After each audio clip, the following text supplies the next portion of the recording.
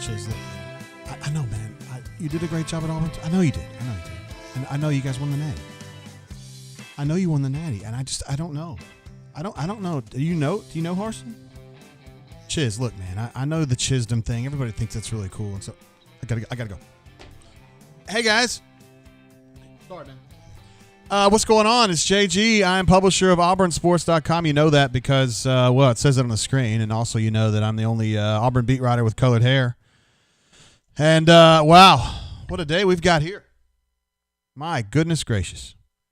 I can't believe we actually made it. We made it to the end of the road. I could sing a song. Although we've come to the end of the road. Bryan Harsin, it is. Oh, my goodness. I can't believe it happened this way. I can't believe that it all came down that way. It came out of nowhere. I've got theories about why that happened. I've got theories about who's behind this. And if you look really carefully, I have facts to back up my theories. And we're going to get to that. Tonight, we got lots of stuff to cover in this show. And we don't have a lot of time to do it. It's a Tuesday night. Christmas is coming up. You can't feel it in the air here in central Alabama because it was like 65 degrees today. In fact, I rode my bike today. And you got to get out and get that exercise, even if you're on the horn. You still got to work the phones, but you still got to get that exercise, guys. I'm telling you. We already have a bunch of people super chatting, which is just insane. And you guys are just absolute maniacs. I don't know how you do this. I mean, I don't even necessarily tell you guys when the show's coming on, and you still super chat me. It's unbelievable. I know Pocket Watch was our first one today. Pocket Watch, my main man. He says, Wardam Allen Green. We have a lot to discuss about Allen Green tonight. Those of you who are against the Good Old Boy Network, I'm not taking a side in this, but if you're against him, he's your hero tonight because he definitely put his foot down and said, we're going to do things my way or the highway, as Limp Bizkit would have said in like 2001 or whatever. Pocket Watch, you're the man. I'm going to give you a little DJ air horn for that one, Big Daddy. No, there's more. You wouldn't believe it. Brad Easterwood, whom we know as E, says Harsin from Idaho, taters gonna tate. Subliminal messaging level 1000. That's my little avatar on the bunker, says taters gonna tate. I don't know.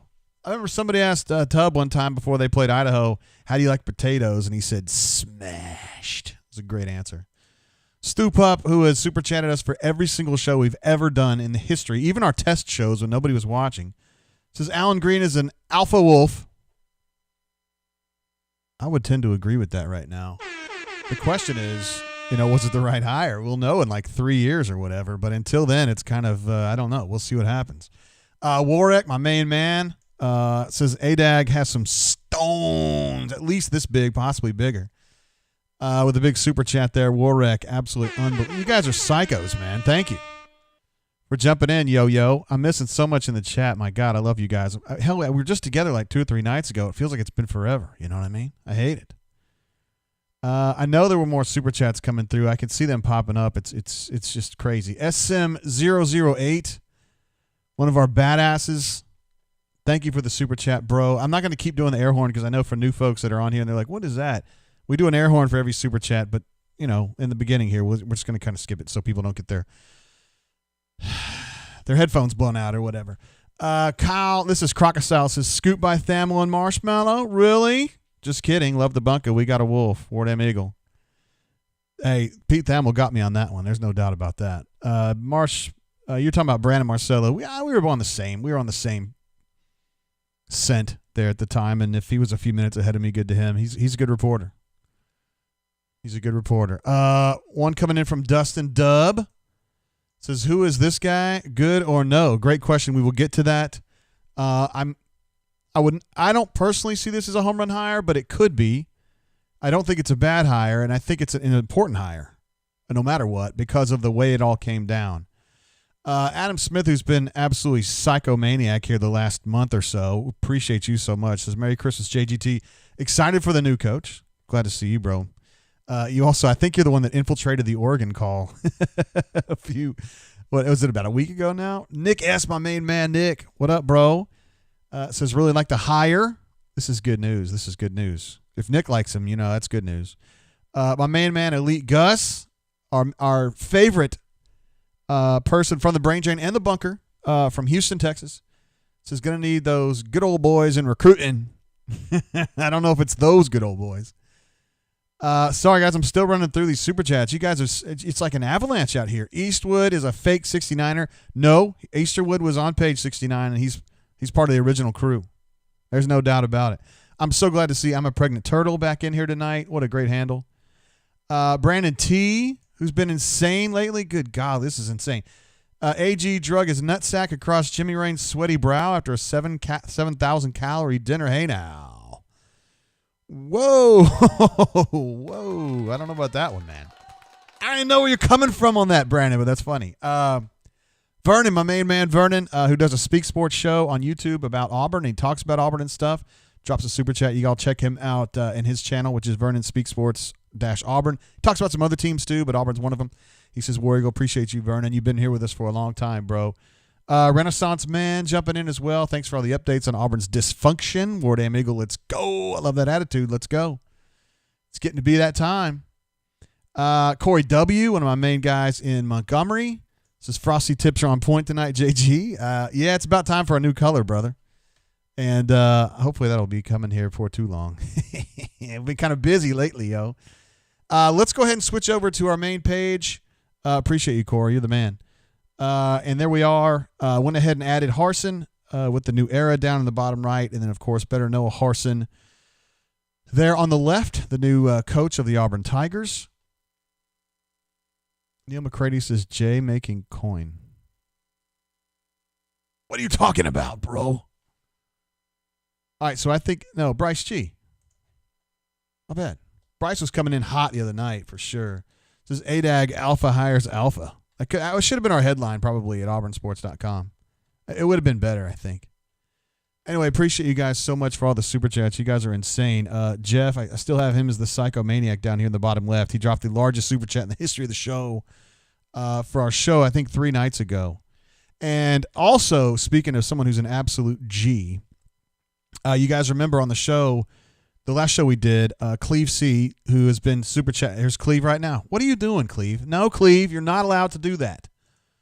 No super chatting for you tonight, brother. Cleve says, Big JGT, looking forward to hearing more about this new hire. Seems like a lot of positive vibes, but as you said, time will tell. That is absolutely true. It's going to take a little time. It's an interesting hire. It's an important hire. We'll find out in time if it was a really good hire. But Cleve, appreciate the super chat, first of all. Second of all, when we're talking about the bourbon, I need to talk about you for just a second, too. Also, Carson jumps in with one as well. Appreciate you, brother man. Watching our show, taking in what we're doing. D Lucky is not on the horn. I'm going to change that to nobody. My bad. We're going to have BMAT on here momentarily. I have some things I want to say about this hire and the way this thing went down. So we'll get to that here in a minute. Back to Cleve. So here's Cleve giving the super chat again. He had a couple for the last show. Listen to how much of a psychomaniac Cleve is. So not only does he super chat last show, but he says, hey, JG, I'm thinking about, I got a little something I want to send you, a little liquid refreshment. Would you mind? I'm like, why the hell would I mind? You guys know I love my bourbon. He says, yeah, I'm going to send you a little something. I'm thinking, Cleve's the man, I don't know how much of a bourbon head he is. But, hey, I love it when folks send me bourbon. I mean, Leif sent me bourbon. Michael sent me bourbon. Look at this. Look what Cleve sent me. Look at this, guys. Seriously, it's not even fake. This is real. This is the real deal right here. Old Rip Van Winkle 10. I mean, this is a Table A allocation item in the state of Alabama. No matter where you live, I don't care if you live in Frankfort, Kentucky, where this is distilled. It's hard to get. It's damn near impossible to get. And so what does Cleve do? He says, hey, I'm just going to send JG a bottle. Here you go. Unbelievable, man. I don't even know. I mean, it's insane. So we're going to drink here on the very first day that Bryan Harsin is going to be the head coach at Auburn. We're going to drink 10-year-old Old Rip Van Winkle. I mean, it's impossible. You'd never think it could happen. It's like miracles really can't happen.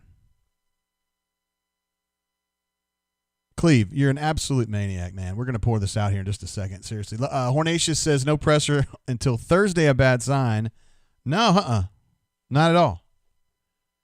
Once Auburn puts that thing out as a comunicado oficial, dude, that's a wrap.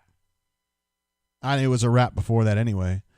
My man Duffner Fanboy. Oh, okay, cool. Great poster on the bunker. Says, really like the hire. Can't wait to hear the My View of the Truth breakdown of this insane coaching search. Brother, we're going to need some time on that one, but I'm going to give you the unofficial version tonight. We're going to break that down. But the actual My View of the Truth, which may be the last one for a while, I think this is going to quell some disputes.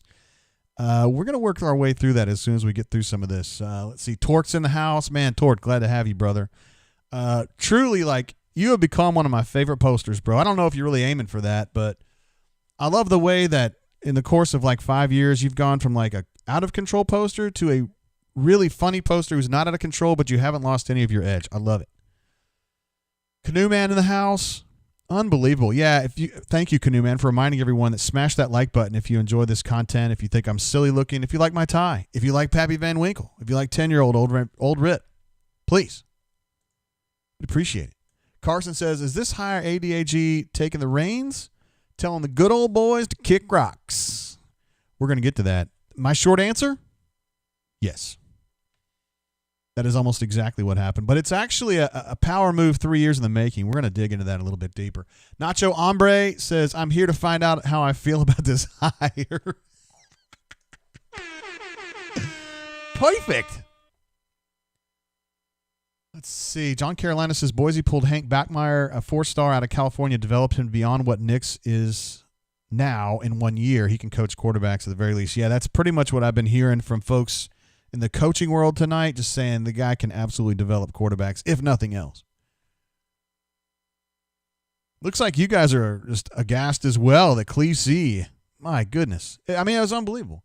Viper GTS says, Merry Christmas, JG. Going to miss the Gus thread. Man, I hope you have a car like that. I kind of have in my head that you were driving a Viper because you're such an alpha. Thank you so much, bro. Dustin W. jumps in again with a huge super chat. What are you doing? Is this guy a player's coach, experience recruiting in the Southeast? Can I get a 2-finger of that rip? Tell you what, I can get that. Let me answer your questions first. Is this guy a player's coach? Yes-ish. Not all the way, but yes. Experience recruiting in the Southeast, essentially 0. And I can't give you a 2-finger of that rip because you're too far away. Derek W. jumps in with a super chat. Appreciate you, brother man, for supporting the channel, what we do here. Also, let's see. I did see my main man, Tucker P, jump in. Oh, my gosh. We've got Bo B in the house. Damn. All the celebs are coming out tonight. Love it. Patrick D in the house. Why not AU? You guys know him as like the absolute psychomaniac total beast of the super chat world. Who I wonder how he feels about this. I hope we get a chance to talk to him tonight because his big thing was during the search, you've got to know what you want before you can go get what you want. And I think, as he predicted, some people in the searching world got ahead of themselves. Can't necessarily say that about ADAG though. Blackhawk Driver, another one of our crazy brain drain folks. Awesome, unbelievably crazy. Says Bruce, Butch, and Brian, the great AU trio. WDE, tell the Twidiots to pound sand. Yeah. Harsin mentioned that in a press conference one time that he didn't listen to Twidiots, which I thought was pretty damn funny. Josh C. in the house as well. Says, JG, can he recruit in the South? Can he? Yes. Will he? We'll have to see. Can he compete with A&M, LSU, Georgia, and Alabama? That's the question. I think at this point, man, a lot of these recruits are going to have to Google him to figure out who this guy is. What can I expect offensively? What can I expect defensively? We're going to have to find out. It's going to take some time to get there. The good news and the bad news is, well, the early signing day just ended. The window, I should say. So you can't do anything good or bad right now. So he's got to get in here, get his name out, either hold the guys that they've got or let them go and find new guys. And then he's going to have to hit this grad transfer market, the transfer portal market hard during the next, let's say, 3 months. And he better be good at getting some offensive linemen or find somebody who can because, dude, as you guys know, he needs some offensive linemen in a bad, bad way. Hornatius jumps in with his third super chat of the show already. We haven't even been live like 15 minutes, and he's jumping. It's unbelievable. How long is ADAG going to be at Auburn? The powers that be going to undermine him. We'll probably get to that. To me, this hire says that Allen's going to be here a little longer than I thought because for me, I thought it would have been within a year. And at this point, with him sticking his neck out for this particular hire, I think it's going to be longer. I don't know. some people are fans of his and some people aren't. I mean, it's that simple. I think he did gain some fans, at least on the bunker today. Torque says, any page 69ers from the Gus thread in here. This is all because of us. I honestly do think you guys get some credit for this, and we'll get to that as well. Jeff Cheney's in the house, one of our psychos. I love you, man. Appreciate you being on the show. Christian C is watching. Says Harsin's a legend for his Twittiot comments. That's up your way, bro. Of course, Christian is from Montana. Harsin is from Idaho. Like, to me, that's basically the same place. BP Rockman jumps in. So this is to buy Christian an Auburn shirt, as he's been wearing non-Auburn shirts to Auburn basketball games in red of all colors. Yes, BP Rockman and I believe Crocodile spotted. Dang, why not AU? You're the man. Spotted Christian working at the basketball game the other night in a maroon top, which, as we know, is against auburnsports.com policy. But we're not going to give him too much trouble. He's still young. He's still learning. But I appreciate you being eagle eye out there, you and Crocodile for sure. John Carolina jumping in to ADAG for breaking the good old boy chain. Uh-oh. I think he may have done that, although I don't think it's broken for sure. Michael says, congrats to Pete Thamel. You own the local boys. This is true. He had the scoop, guys.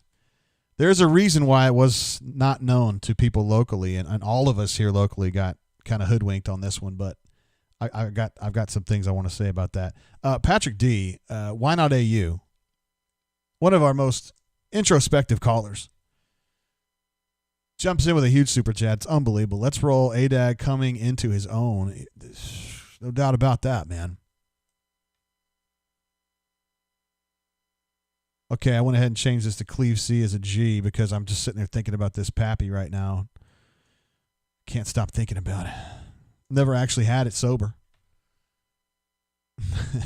Patrick D, man. Thank you, bro, so much. Carson jumps in with I think it's your third super chat in like 10 minutes. Unbelievable. AU needs new graphic design people. That Photoshop of Harsin with the AU logos on the official release was atrocious. I think they have a whole crew of them. So if there's one person responsible for that, there's probably 8 more that can do it next time. Maybe they can do a better job. I don't know. I haven't seen it. Blake wants to know, can he recruit OL? If so, things are looking up. He better figure out a way. He's an offensive guy. He's got to know that it's time. Isaiah says, JG, can you get to the dirt? I will. Ben B says, JGT, can you put up his Wikipedia up? Yeah, the Wikipedia had something about laying his hog on Saban's head. I didn't have anything to do with that, and I bet you the bunker may have. That just seems like a bunker kind of thing to me. My man Leif B, one of our friends from rebelgrove.com, says, whoa, JG got some pap. I sure did. Unbelievable. Cleve made that possible. You almost think it was a miracle if I didn't actually have it in my hands, and it still is a miracle. Ravine, one of our all-time favorites here on the show, says, thanks, JG, for all you do, and thanks to the bunker for any part, large or small, that we had in getting the wolf to the plains. War damn eagle. Yeah, we got to get through that whole thing, too. Let's see. The Taxman says, entirely new coaching staff. That is what I'm hearing. I can't really get too much deeper into it than that to say that I think it's getting all cleared out. I mean, it's a tough situation for me, and I think the folks that cover this team, because some of these coaches, a lot of these coaches, I know and like. Some of them I like a whole lot. A few of these coaches are probably my all-time top 5. Alpogue is right there. It'll be bittersweet as hell, man. But AU Taxman, that's what I'm understanding, is it's going to be a complete flush. Let's see. BV wants to know, can I put up a picture of Madam Harsin? Yes, we can get to that. I did not pull that before we came on live, but I think I can do that in real time. We need to. I think that's an important part of the process. I don't think Alan Green was necessarily going through that. I don't know if he was assessing that, but we can. Doesn't mean we can't. Spread Attack U18, who's an absolute psychomaniac, both on the bunker and here on the show. Unbelievable super chat. Says Harsin, maybe the transfer king. He's going to have to become that, isn't he? Maybe we can do that. We can work that up on the Photoshop. Instead of being Burger King, it's Transfer King with him. Oh my goodness, God! Did you guys see this come through? You've got to be kidding me, man! Unbelievable. Jeff, what are you doing? Good golly, Miss Molly.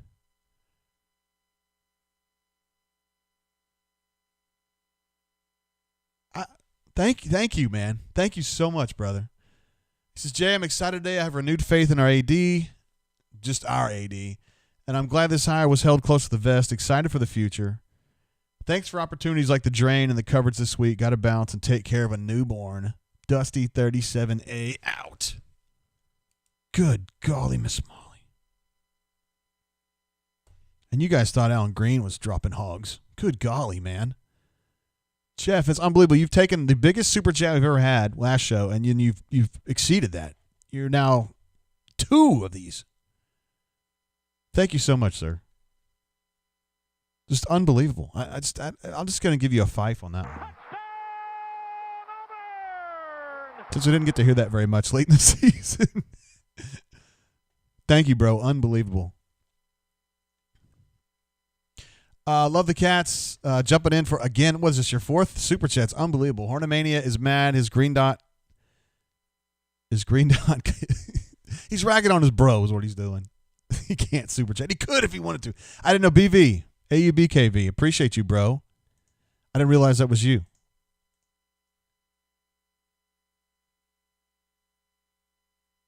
And I do appreciate you sending me. Sorry, I had something come through here. The message earlier is very, very cool of you, bro, to take time out of your day. MW Deeve with another huge. Oh my God, this is unbelievable. MW Deeve. It's a big night for Auburn. Have some more of that good stuff on me. Yeah, I haven't had any of it yet. I'm trying to get there, bro. Thank you so much, MW Deeve. I hope you're feeling better, man. And you've had some awesome calls too. Hope we get to hear from you tonight. We're going to open the phones. I'm supposed to talk to Brian. I told Brian I was going to talk to him like 20 minutes ago. Well, 10 minutes ago. These super chats keep coming through. It's crazy. Mike CB22, the master of tacos and bleachings, says, how about that Tuesday explosion? Come see your boy at my taco and arse bleaching truck. At least there we go. For the lunch special, hashtag steal stopped. Okay. I knew it was coming before it even got here, yo. Bryce G jumps in with a super chat. Says, can we get to the man known from Columbus, Georgia, to Oceanside, CA, paging BMAT? BMAT. Yes, we're going to get him. He's going to be our first guest. Although there's others I think that would be equally awesome. Look at this, man. We don't get this every day. Bo Benton, which you guys know as the real spotter. The main man, the wizard of the wiregrass, is down that way, and he is super chatting us, and we love Bo. And he's heard many of these in his career.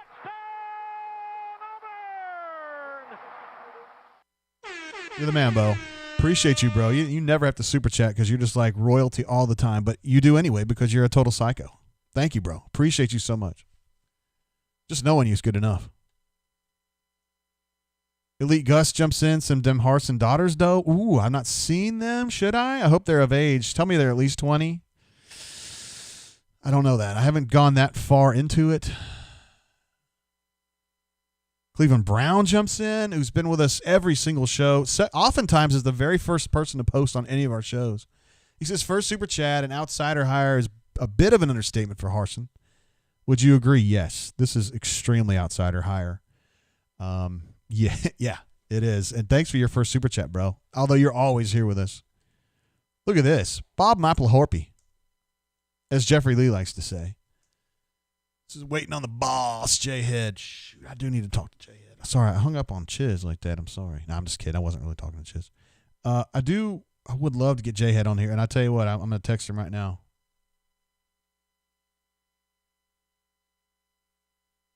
So there you go, Bob. Appreciate you, bro. And I appreciate you being on the show last time. No, it was two times ago. Give us a holler on the hotline. There he is. Look at this.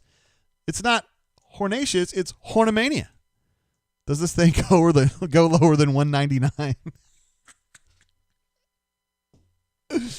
The Horn Brothers are hilarious, man. You guys are hilarious. Also, a super chat coming through from Tyler M. So did ADAG tell Yellowwood, I know you're not satisfied, but are you good? I don't even know if he told him that, honestly. Whoa. I got a lot of things to say about that, too. Brock P. jumps in. Thanks for all the great coverage, JGT. Our long national nightmare is over. I don't know about nightmare. It did seem to drag out a little bit longer, but I didn't really think it was past due. You guys on the bunker seemed to think it was past due, and I was like, nah, these things go on and on like that. Carson jumps in again. Appreciate you, bro. I think that's your 4th super chat. It's unbelievable. Your rating of higher on scale of 1 to 10. So I feel like the pressure is on for me to say something and be like, oh, unbelievable, it's an 11. To me, this is like on face value, it's like a 6 or a 7 to me. I think coaching-wise, he's real good. Recruiting-wise, to me, he's just totally unknown. I mean, he's been fine up in Boise. Obviously, he's gotten players because he kicks ass up there every single year. He's finished 1st or 2nd the whole time he's been the head coach, and he finished 1st all but 1 year. So, I mean, I know the dude can coach some football. It's just going to be coming down here into this area and dominating. Well, I don't even know if anybody can dominate, but, you know, to get in there and get a piece with UGA, Clemson, Alabama, LSU, all sniffing around for all the top recruits. He's going to have to get in here and bust ass on that. He does have the kind of personality. He seems like he's a pretty straight-talking, tough dude. So I think he's going to find an appeal. I do, but it's going to be a grind a little bit because he's going to have to figure it out. But I don't think the guy's an idiot. I mean, he's coached at Texas. So he's got some idea what the importance is for that. Another jump in from Dustin W. This is unbelievable. There's so many super chats, guys. It's unbelievable. He says, can we super chat to petition Harsin to keep Caddy? I mean, he would be one of the ones I would want to keep.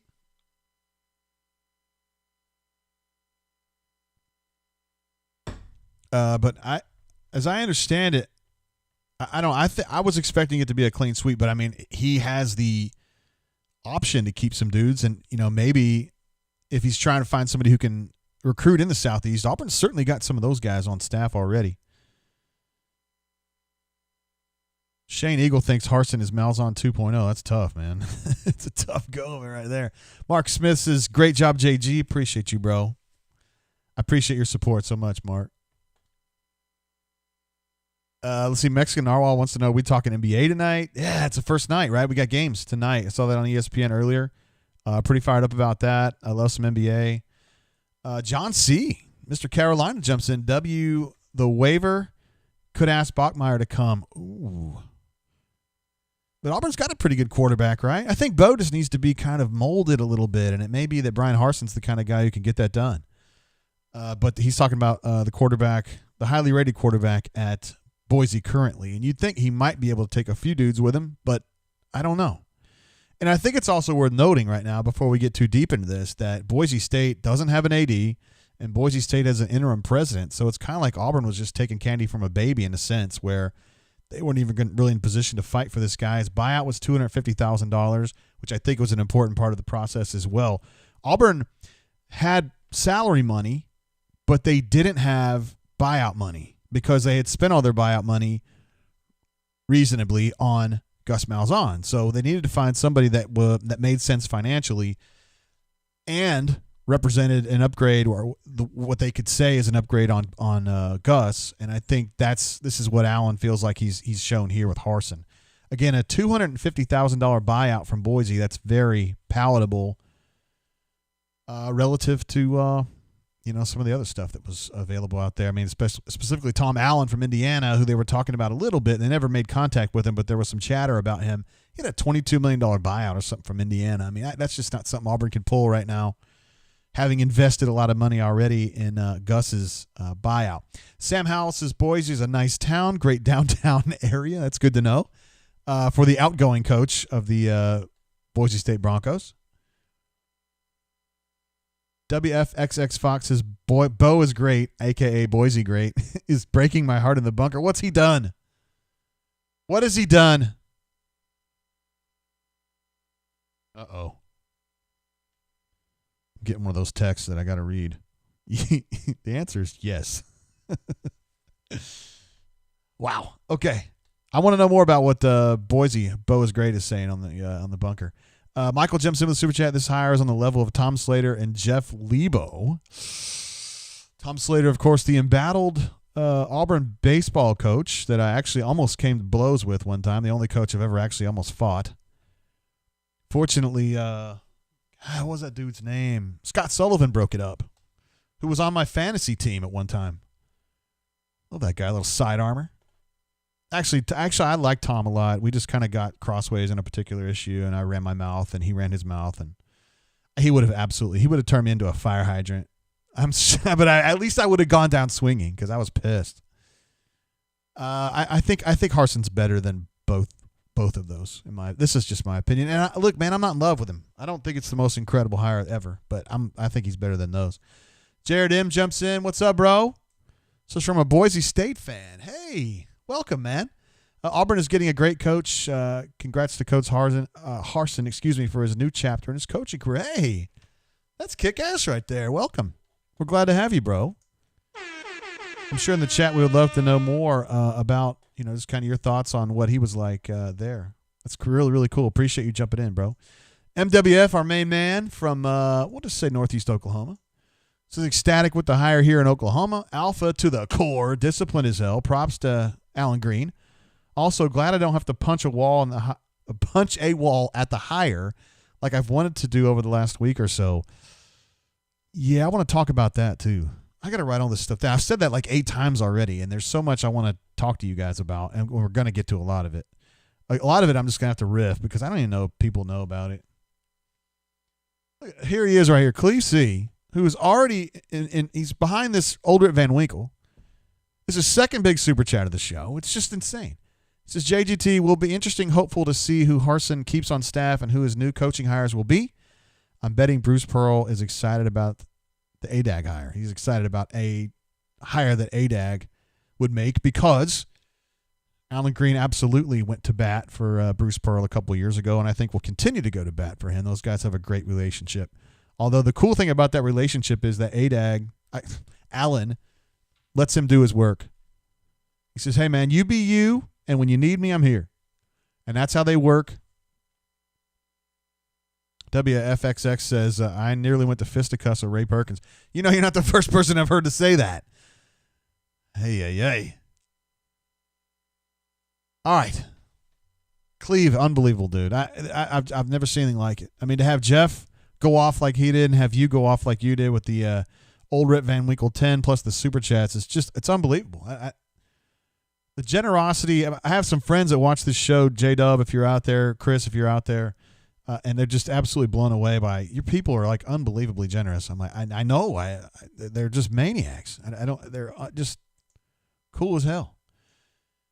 Spread Attack says, just wanted to add Terrell to the transfer portal.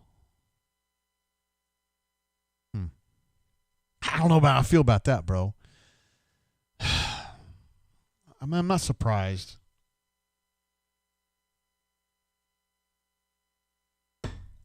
Talking, of course, about Turbo Jones, the combo guard at Auburn. We're going to need to talk about that, too. Elite Gus right here says, Turbo, he gone. Yeah, let me address that real quick. I know that 99% of you guys want to talk about football, and I'm here to talk. I'm here for it, okay? But this one kind of hits me hard because Turbo signed with Auburn, didn't understand what position he was going to play. He's kind of more of he's a combo guard. Really, he's kind of an undersized 2. And they really wanted him to be a point guard at Auburn. They tried him last year. They gave him a whole year to kind of get his feet wet, and he never really kind of came around. They come in this year. I didn't really know what the plan was going to be for him. They had Sharif, who was supposed to be this Jay, don't you do it, bro. My friend Jay right there. Oh, my gosh, Jay, that's unbelievable. Jumps in with his super chat here. 25 of AU fans love the hire. 25% hate the hire. 25% just think his wife is hot, which is true. And the final 25% miss your frosted tips.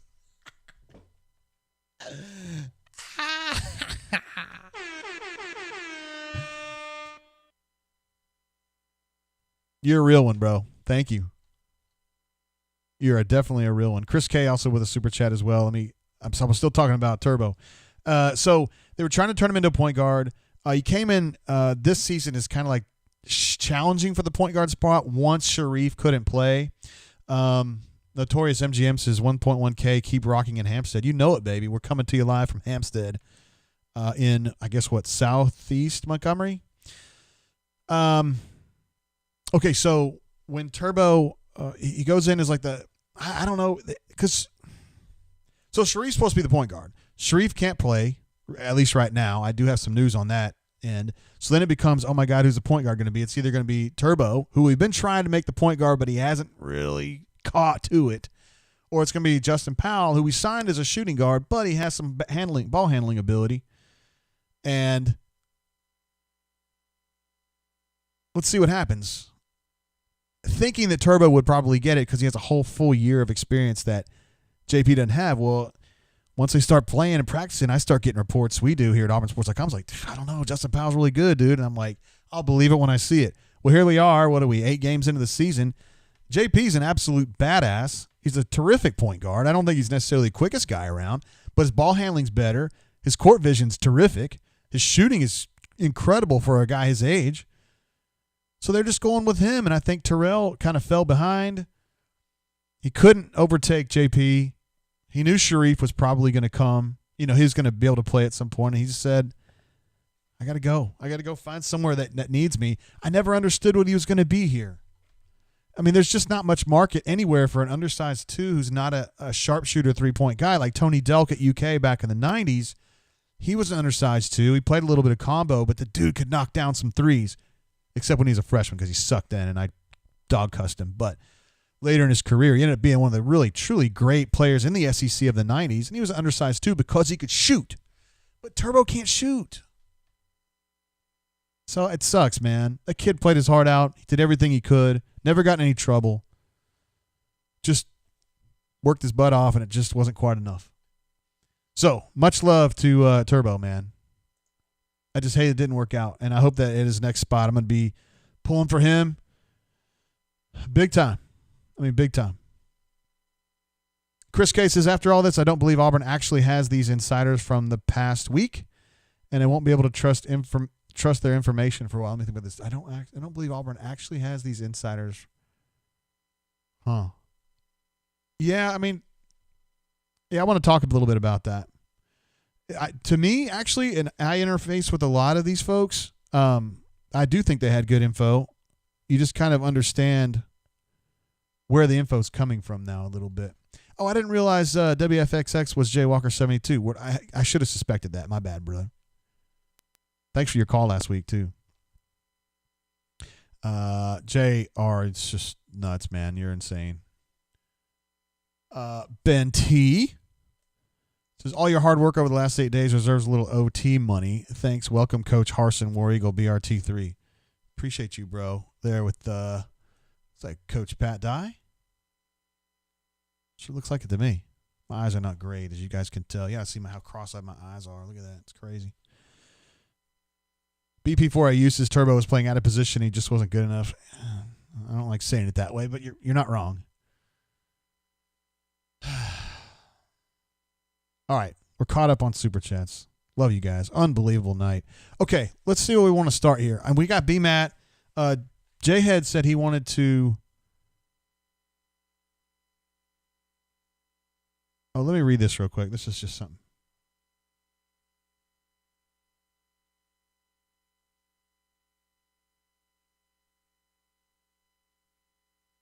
That's interesting.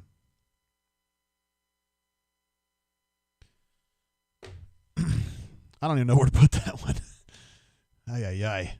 Okay, Lockdown says drop the Cooper news. So we wrote some of this stuff the other day. That Sharif has been cleared. I'm sorry, I'm still going on basketball a little bit. Sharif Cooper, Auburn's 5-star point guard, who has not practiced since, I think, mid-October. They pulled him out because he had never gotten initial eligibility from the NCAA.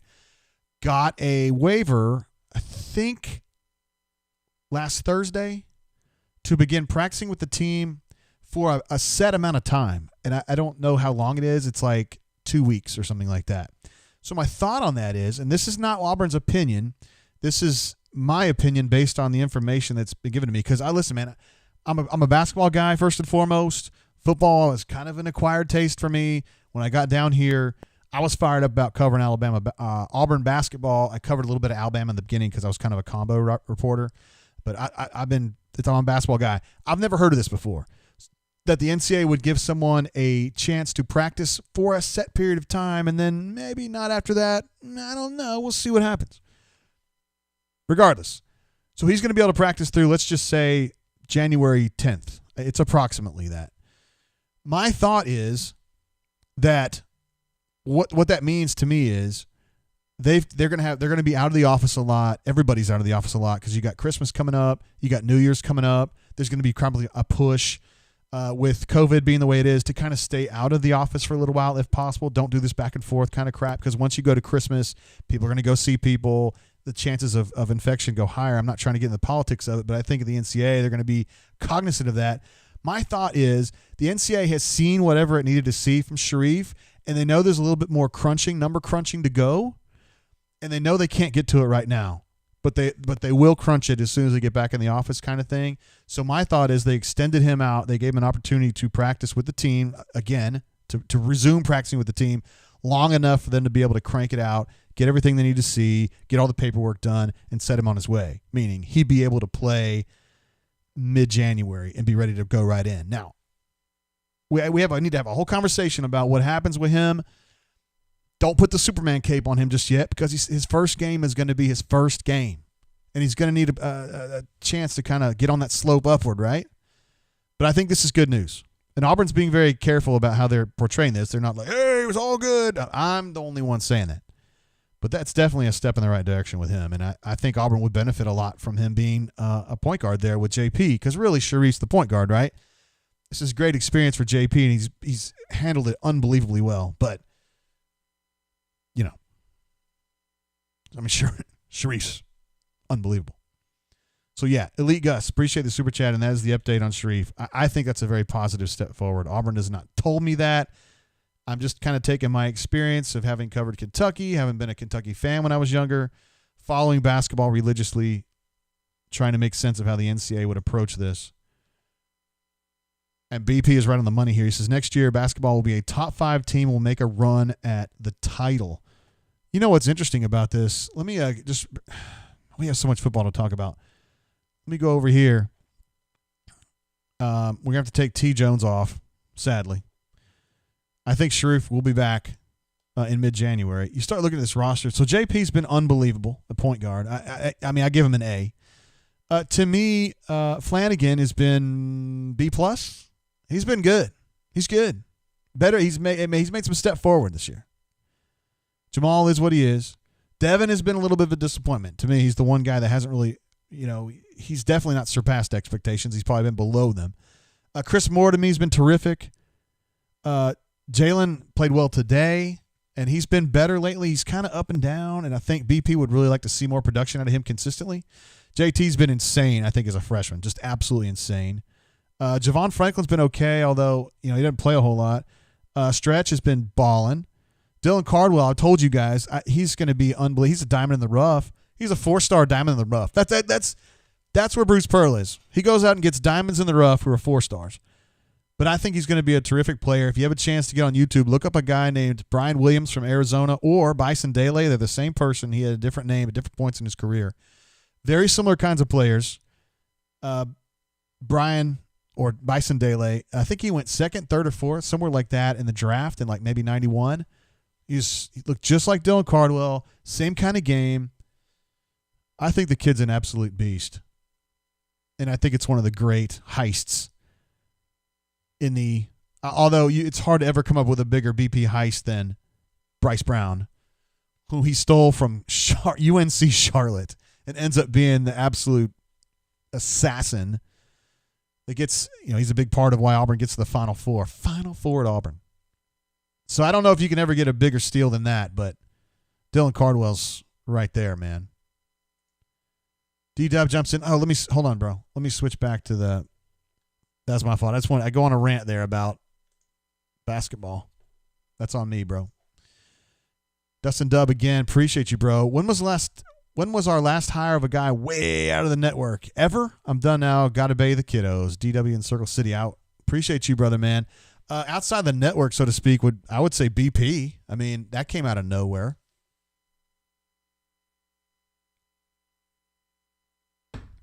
Yeah, Gus didn't. I mean, Tommy, it didn't come out of the. I'd say Tubb was out of network, but it was planned. I mean, they knew who they were going after. And Coach Dye was out of network, although, yeah. I mean, he had coached at Georgia and Alabama. You know. Anyway, Dustin, you've been crazy today. I appreciate you. Jayhead, is he in the house? Is he in the chat? Tyler wants to know, no offense, JDT, can we talk B-ball later? Let's talk about this hire. Absolutely. We need to get to it. My bad. Sparrow Empire, appreciate you, brother, man. Just can't wait for Moore to push ahead of Cambridge. Yeah, Chris Moore, he's got the ability, man. A kid they got out of Memphis. I've said many times, I think JP is going to make Kentucky fans cry. And I think Chris Moore is going to make those Memphis fans cry. All apologies to Justin Hokinson, who I know is a big-time Memphis fan. Okay. Anyway, Sparrow Empire, appreciate you, bro. Let me give you a DJ air horn for that. Okay, let's talk about this hire. Now then, a lot of people were freaking out because it looked like Auburn kept missing on people. You had the Mario Cristobal dalliance. Here's kind of the way I think it went down. In the very beginning, everybody's just like, fire Gus. This is not good enough. All right, cool. I think a lot of you guys are on board with that. Step 2. There's no central figure when it comes to this. Well, there is now. But at the time, it didn't seem like there was one. You had one group of people that were kind of unofficially negotiating, talking to, however you want to look at it, with Mario and his people. You've got another group of people who are talking to, whatever phrase you want to use, Kevin Steele. And they would love to get Kevin Steele in there. And these two groups are working separately, not necessarily against each other, but they're not really caring about what the other people are doing, and they're just doing it separately. And at that point, either Allen or the president, or maybe both of them, said, can't have this happen. This is BS. We can't have just unauthorized people out there negotiating with separate candidates that we haven't even talked about. So, boom, we're going to do a coaching committee, a search committee, and we're going to hire this firm to help us and all that crap. Dog and pony show. But really, it's meant to just consolidate things, get things back on a path. So they start doing that. And the names that come out are the predictable names. They would be the names that you and I and the people in the bunker would have come up with. I mean, Billy Napier's a guy, group of 5, really successful, great background, Clemson, Alabama. He's been good at Lafayette. Sure. Brent Venables. These are the guys that come up, man. I mean, Brent Venables, DC at Clemson, terrific. Very intense dude. A lot of people think he's going to be like a better Muschamp.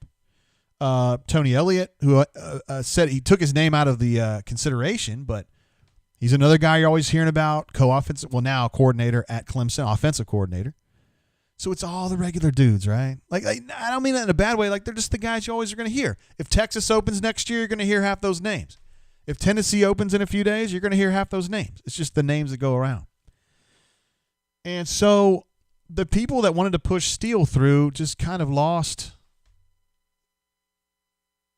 They kind of lost inertia. I think part of it was that the Stop Steele campaign really opened some eyes to people who were not either neutral on Kevin Steele or kind of against him. Like, really, we're going to fire Gus and hire him.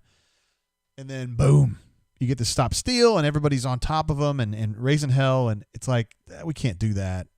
And I think at that point, in fact, maybe before that, Alan Green had decided that he would not stand by and allow Kevin Steele to get this job, is my opinion. He has not told me that. I have not talked to Alan since this. So I think he said, this ain't happening.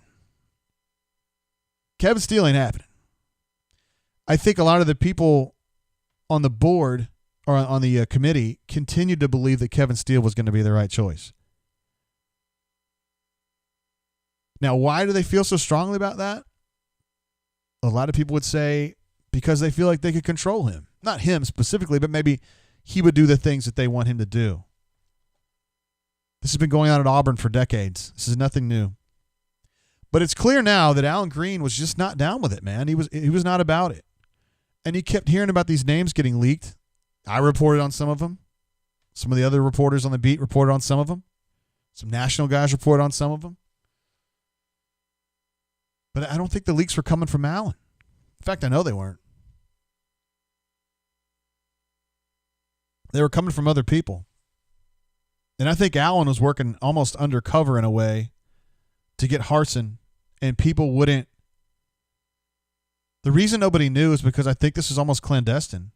And I think at the end of the day, he almost went rogue on this. Not rogue, because he's got to have the president's approval, and he got it, and that's the way they were able to offer them this deal, and he was able to take it. But I think Allen put his foot down, and he said, I'm not going to allow you to hire Kevin Steele, and we're going to go get the coach that I think is the best fit for Auburn. And I don't care if the guy's from Idaho and he's been coaching in Boise all this time. I don't care. I don't care that he hasn't been in the SEC. I don't care that he hasn't recruited down here. I'm going to get the guy that I think is the best coach we can get.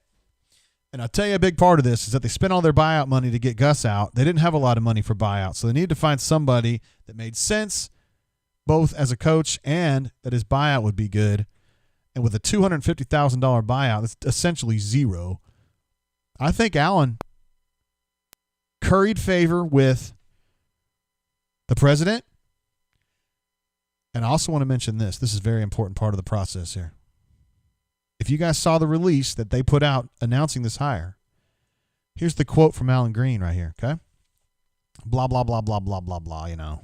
I'm thrilled to welcome Coach Harsin. Check this out.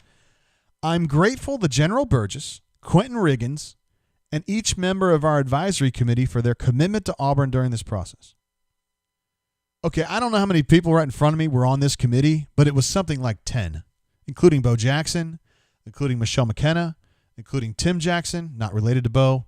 Other people, I just don't have it in front of me, but I would say there were 8 to 10 people on this committee. So why would he call out 2 people and not the other 8 or 7 or 6? Why would he not name them all or none? He took the time to actually acknowledge 2 people. And the reason he did that, in my opinion, I asked Alan to come on the show tonight, and he respectfully declined. He's been busy. He's been busy, to be fair. He has a very good excuse. But I think those 2 people, General Burgess, who is President Gouge's right-hand man, or his conciliary, however you want to look at it, and then Quentin Riggins, you guys know, former player, former broadcaster, just generally good dude, an Auburn dude. I believe those 2 guys were the only ones that were willing to help him on this. I think the other people had other ideas, and it's not to say that their ideas were wrong, but I think it's very telling that Allen praised these 2 and not everybody else. Although he would say, well, I said each member. Very, very interesting to me. I mean, just super interesting to me. Like, when I saw that, I laughed out loud. I was like, good golly, look at this. You know, Burgess is an important figure because he is in Gouge's ear, and he's also on Jimmy Reins' board of trustees at or whatever. I guess it's the board of trustees for Yellowwood. So the thought was that he was going to back, you know, whatever that group wanted, and it doesn't appear that happened. And then Quentin Riggins, same thing. Very interesting. I would love to have asked Alan that question.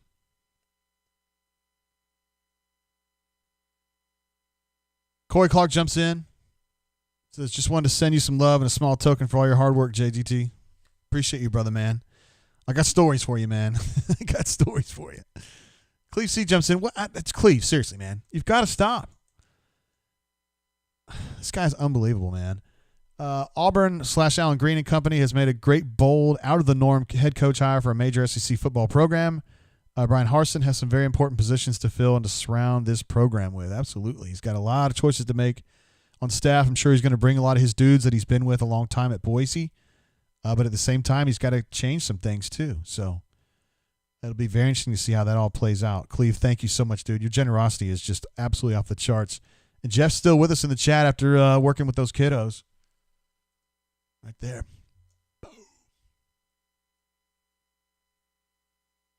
BP4IU says, Alan Green proved to our fan base that he is a beast. I thought this was a very big move for him. I just thought that, Alan, we've talked about it on the show many, many times. I feel like I know him pretty well privately, just talking to him. But I just never felt like he ever puts his foot down and causes a scene. He's not that guy. He likes to work behind the scenes and just kind of let things go and just kind of pick his spots, And I think this is, for him, I think this is his magnum opus because he let the leaks go because he knew the leaks were going to happen, and he just let them go. And he worked. He had his own plan, and he got the people he needed to hear his plan and to back his plan and push his plan. And I think it's amazing that nobody heard about this. It's because the people who leak weren't involved. The people who leak were not involved. Period. And I know in a way it's like me saying, hey guys, I didn't have it. Aren't I an idiot? I'm not happy about it. But I can look back on it and see what happened. It's pretty crazy. War Eagles 02 says, drink that Pappy. Hell yeah, I'm doing it right now. This is the first time in my life I've ever opened a bottle of Rip Van Winkle. I'll tell you that. I've held a bottle in my hands before. Never had the opportunity to actually drink this stuff. So here we go. Cleve C. It has the one that made this happen.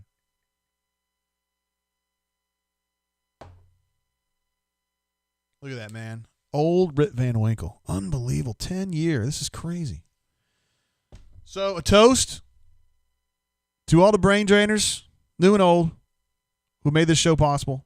Back when I was doing it on my laptop with some crappy OBS stuff, and now we got a sweet-ass iMac Pro. We got a platform that's stable. We got unbelievable people that watch the show, super chatters, Clee C, Jeff, Why Not AU, all the people that have been here the whole way, Cleveland Brown, Canoe Man, Pocket Watch, Sick Biddy's here all the time. Of course, Cleve C made this happen, MWD. God, there's so many, yo. Biscuit. To y'all. To the future, too.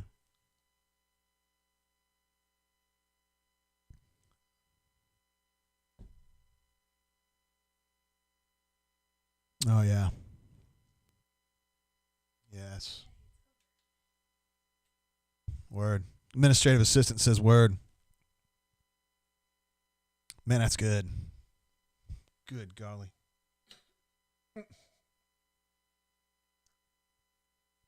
Was that too hot for you?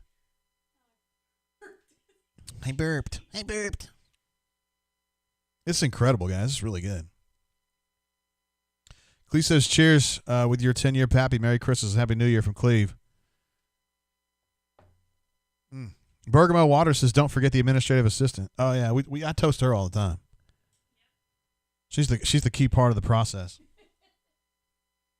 I'm serious.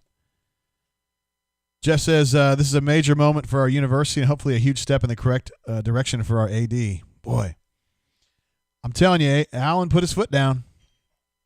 And he said, here's the way we're going to do it. Here's what's going to happen. And for better or for worse, this is going to be on him. Fat Crack with a super chat. Fat Crack's always with us, bro. It says, thanks, man, for all your hard work. It seems like a great day for us Auburn folks. Excited to hear his presser. Thanks again, sir. Fat Crack, you're the man, dude.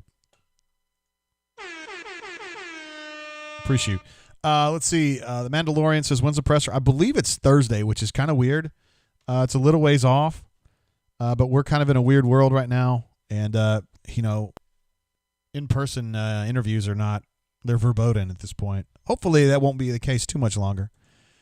Josh C. jumps in. Is it time to replace Jay Jacobs' pick with ADAG?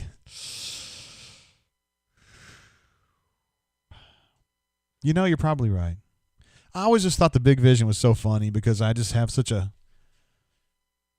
interesting relationship with Jay, and he's always kind of a boob, and I just thought it was funny that the Big Vision thing that my main man Jack was, but Jack was a big part of that, and Jack's passed away now.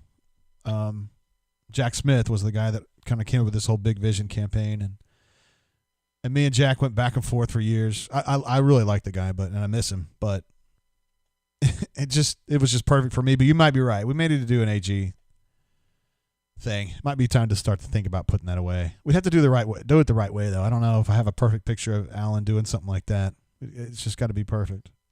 Ryan S. wants to know that I missed out on the basketball game breakdown. Now, I didn't break down the game against App State. We did talk about basketball a little bit earlier, specifically Sharif and JP, and then Turbo going into the transfer portal, but nothing specifically about that. Super chat coming through. What in the world is that avatar, bro? No, Scarface, my bad. Was it an artist's rendering? JGT, BMAT, and Jay Lee, thank you guys for shooting it straight. Best in the biz, Ward and Eagle. I appreciate you, brother. Glad to have you here. I like that. That's pretty cool. Damn, Bourbon Bowl jumping in with a super chat too, yo. Says, I'm worried this hire might negatively affect our recruiting 5 tight ends per class. Let's keep a couple of those guys, and then let's just move on.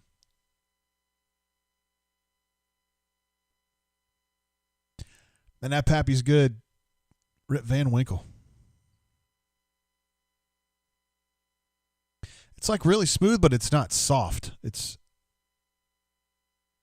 really well balanced. A little peppery.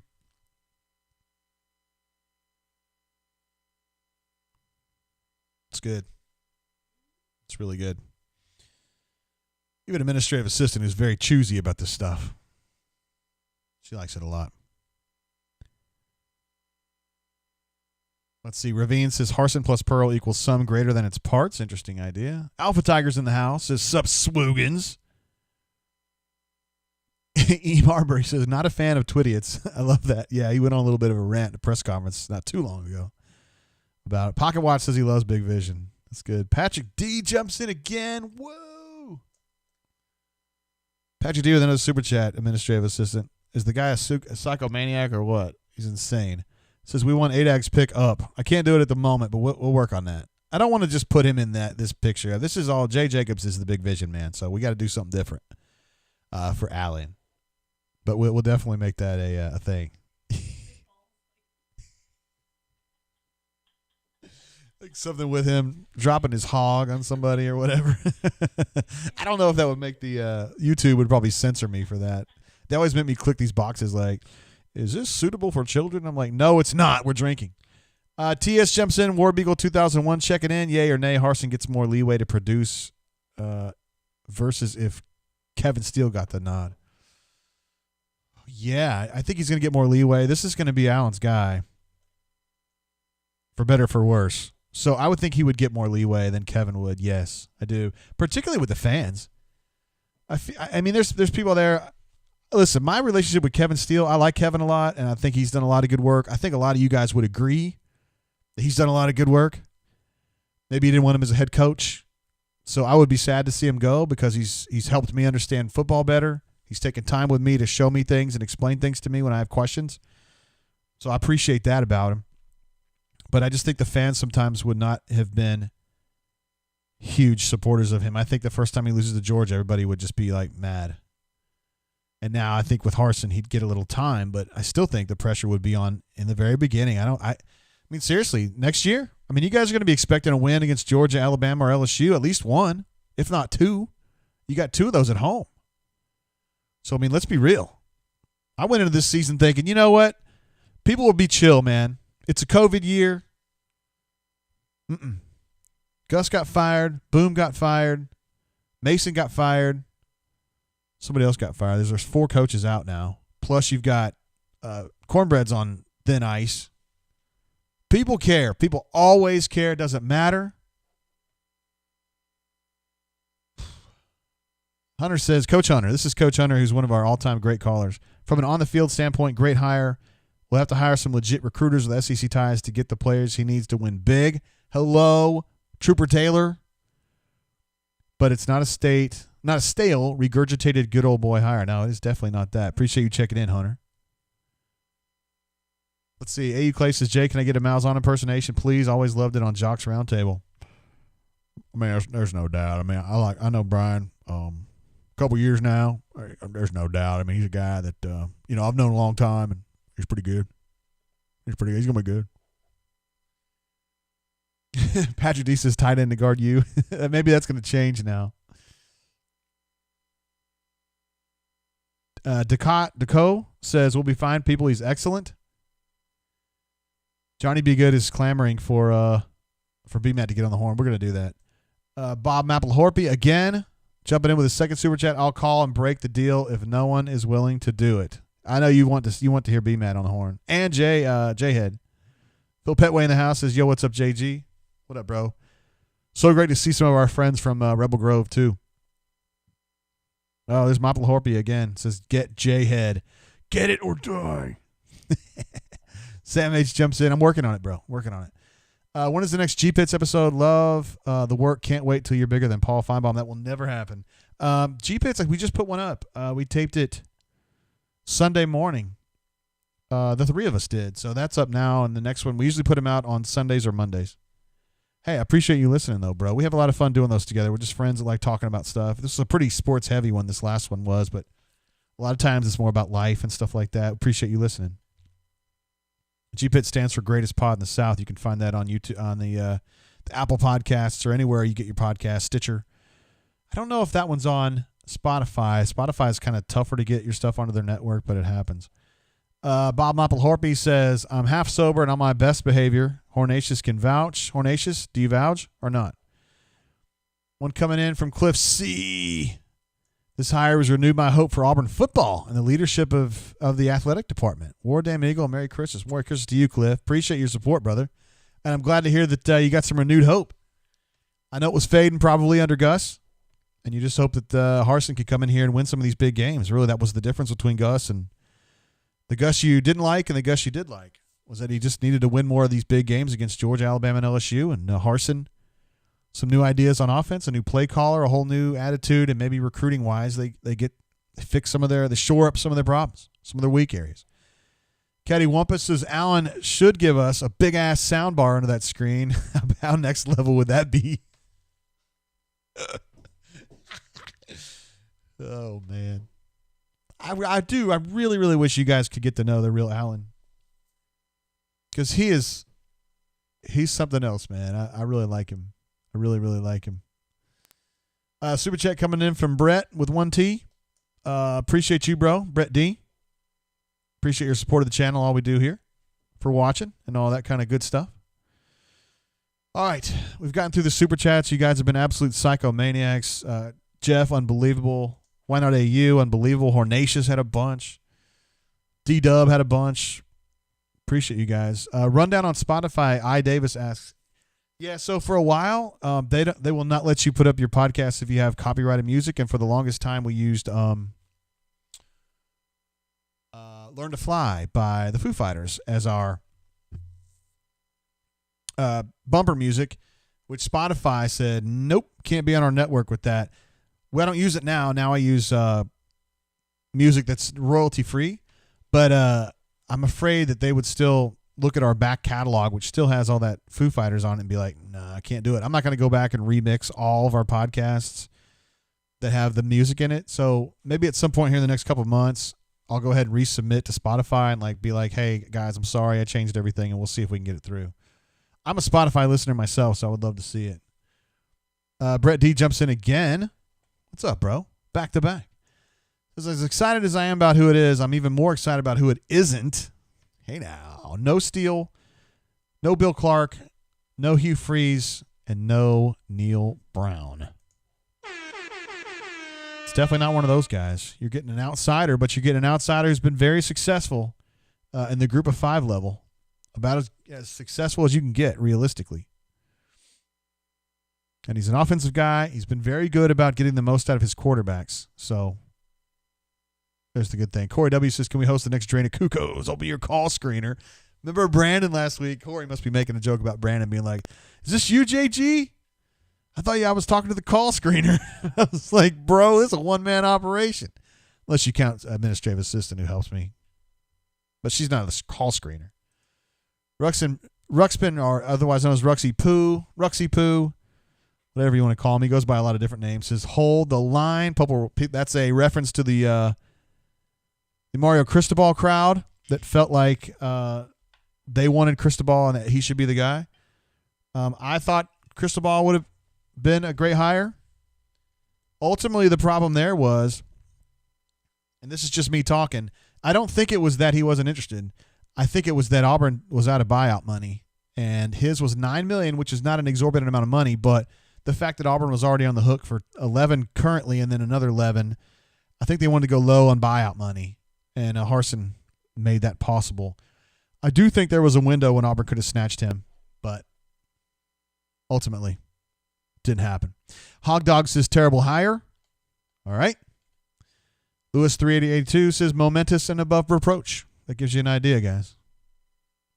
Brandon T says I need to redeem myself.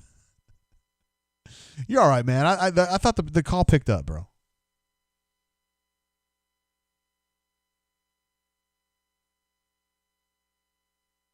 Isaac says, damn, I'm going to miss this coach. He was crazy good at Boise State. Glad to have you, Isaac. Let us know how you feel, like what he was good at, what he's bad at about that. I'm sure some folks would love to hear about that. Okay, we're getting the horn going. I promised BMAT I was going to call him first, so let me do that. Mr. Brian Matthews.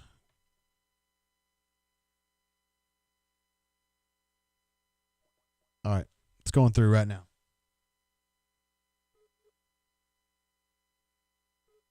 Uh-oh. No. Sorry, wrong one. I was calling his Skype line. My bad. There we go, Jay. There you go, dummy. All right, now we're getting through.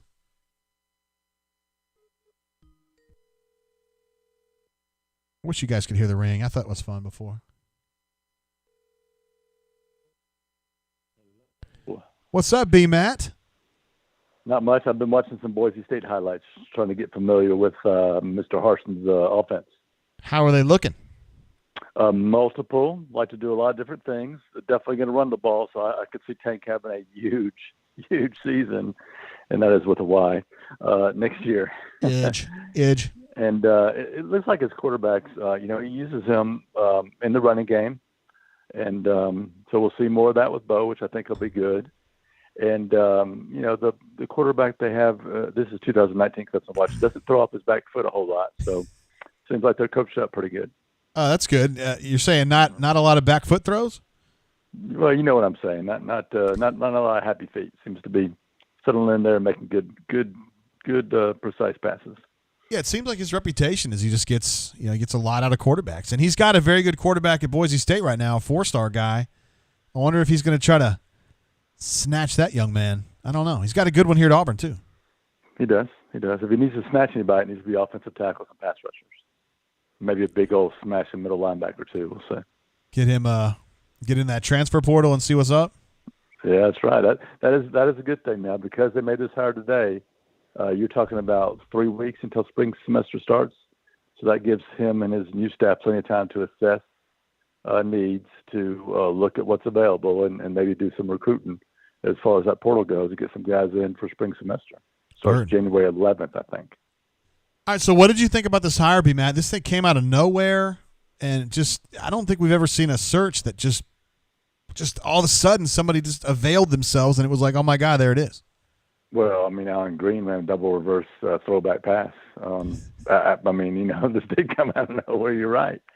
Did not see this one coming at all, and I thought it was funny that the president in the little press release put a little quote at the end that it was unfortunate that there was all this information out there. I'm like, yeah, right. Okay, dude, whatever. Of course, he didn't say that. One of his press guys wrote that. But anyway, what do I think about this? I'm open to it. You know what I'm saying?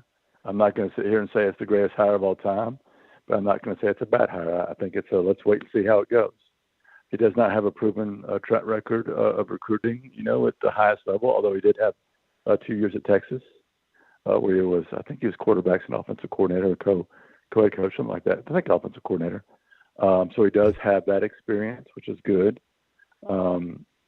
Just watching some of his press conferences, I think he'll relate well to Auburn folks, and that's important, I think. I think he'll make a connection, which is really important, something, Gus struggled with at times, especially early during his tenure.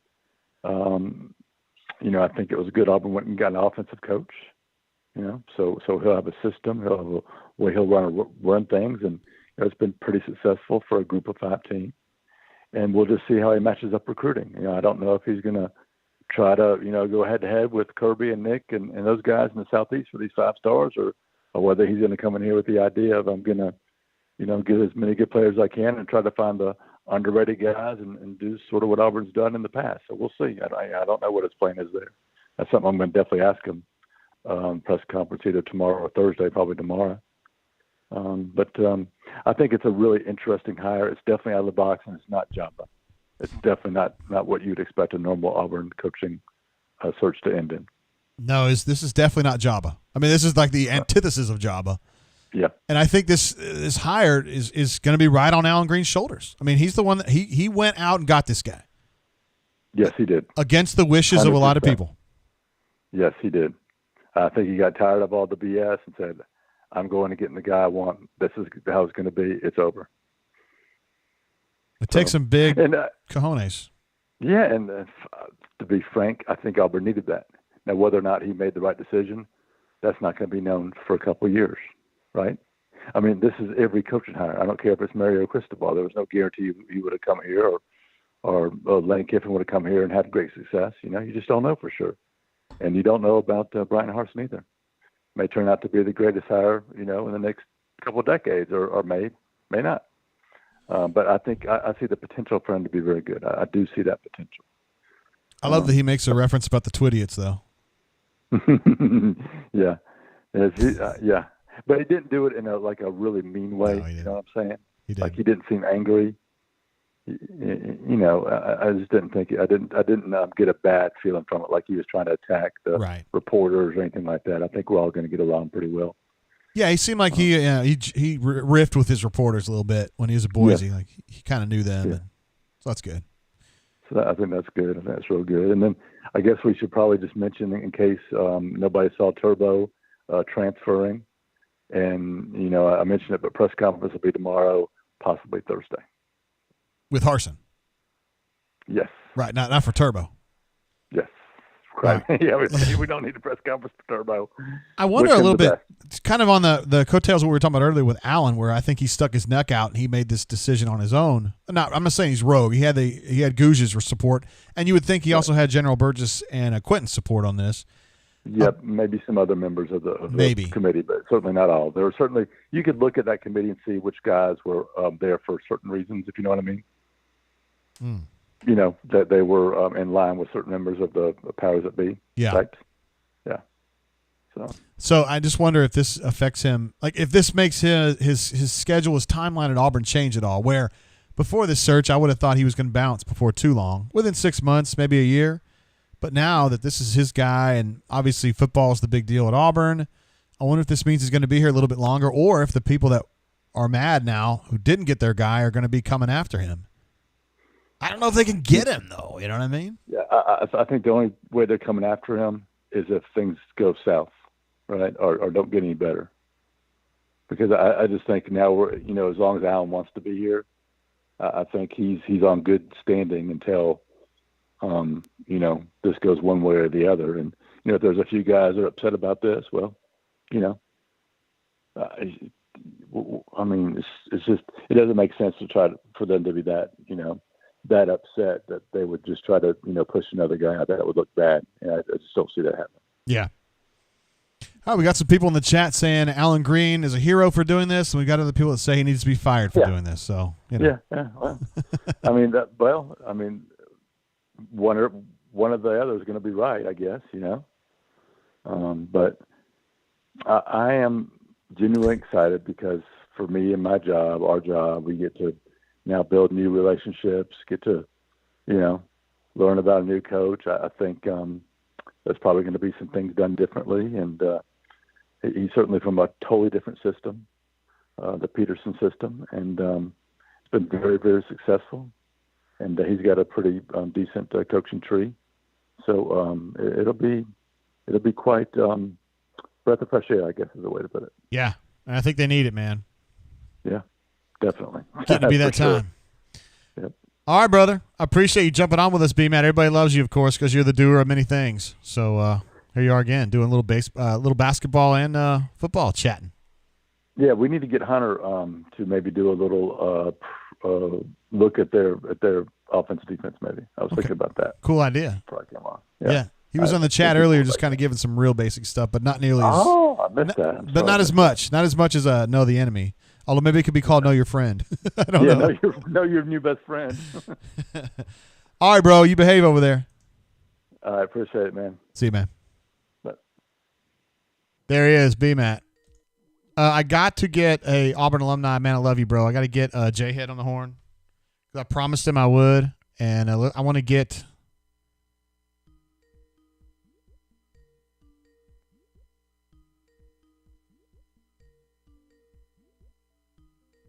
I'm going to get Jayhead on the horn. I said I would.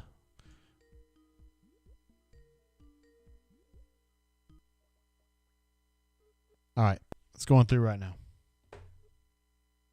Jayhead, of course, has a kid at home, so we want to be a little quiet maybe. My man, Jay Tate, what's going on, buddy? Jayhead, what up? Bob Mapplethorpe has been begging for you to get on this show, and now he's got exactly what he wanted, so glad to have you, brother, man. Well, Bob's a nice guy. I appreciate him asking for me to come on. He might be the only one right now, but glad to be on the show. 3 things that stick out to me with this hire. One, Allen Green 100% took his chips, pushed them, and went all in on his guy. No questions asked. I think me and you both heard various different things throughout this, but without question, and when you saw him thank the 2 other guys, and I think you already said this, and I think the thing that stuck out to me and you is when you started hearing about interviews with specific candidates like Billy Napier, and you only heard that 3 people were in the room or were on the Zoom call. Yeah. You started to get a sense for who was going to make this decision, but this is 100% Allen's hire, and I hope that it works. I think that that Harrison's a sharp guy. I think that very media savvy, runs a very quarterback-friendly offense, and that's point number 2 is Bo Nix is better today because Bryan Harsin's the head coach, but runs a multiple offense with pro and spread concepts. I mean, I think this is a really good hire from a football coach perspective. The recruiting is what scares you a little bit because he's not from this area of the country, but overall, I'd call this a B hire. And then obviously the third thing is nobody knew what was going on. I mean, nobody outside of Allen Green realistically knew what was going on. I was chasing my tail on this, trying to figure out what was going on, and I was dead set that I thought it was Billy Napier. I thought that, that he was about to be announced the guy, and 10 minutes after I think I made that post, it was Billy's pulling his name out. So it happens. It definitely happens, but I just want to say that as far as secrecy is concerned, Allen Green has earned my respect because he definitely, as far as keeping Harrison quiet, I don't think anybody even heard his name until this morning, and that was more in passing than anything else. I don't think anybody took it seriously until about 4 o'clock or so when things started to maybe slip out a little bit, and then it was popped by Pete Thamel. Yeah, I hate that part of it. You and me both, man. Of all people, that guy had to be the one to break the story, right? I know. But fact anyway, is, the thing is, and I said this early in the show, the leakers, we know who the leakers are now. Because no question. It wasn't coming from Allen's side of it. It was coming from the other side of it. Hell no, it wasn't coming from Allen's side of it, man. I mean, it definitely was coming from the other side of the people that were involved with that committee, 110%.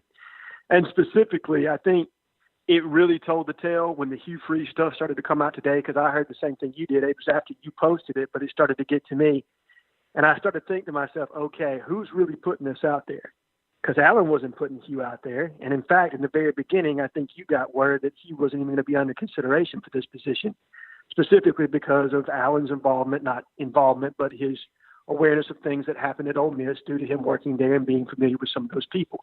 And it's not a knock on Hugh. People all make mistakes. People improve. But I think that was just a situation that Auburn didn't want to get into. And when you started to see that leak out, you really knew, okay, this isn't coming from the person that's probably making the decision now. It was an interesting. What do you think, Jay? It's the most interesting search I've ever seen. I mean, I've never seen anything like it. I've never had an ending that just popped like that. It was like, who? What? I've heard 20 names, and that's not one of them. Like, I couldn't believe it. But I think this is the way Allen set it up. he set it up this way. I don't disagree.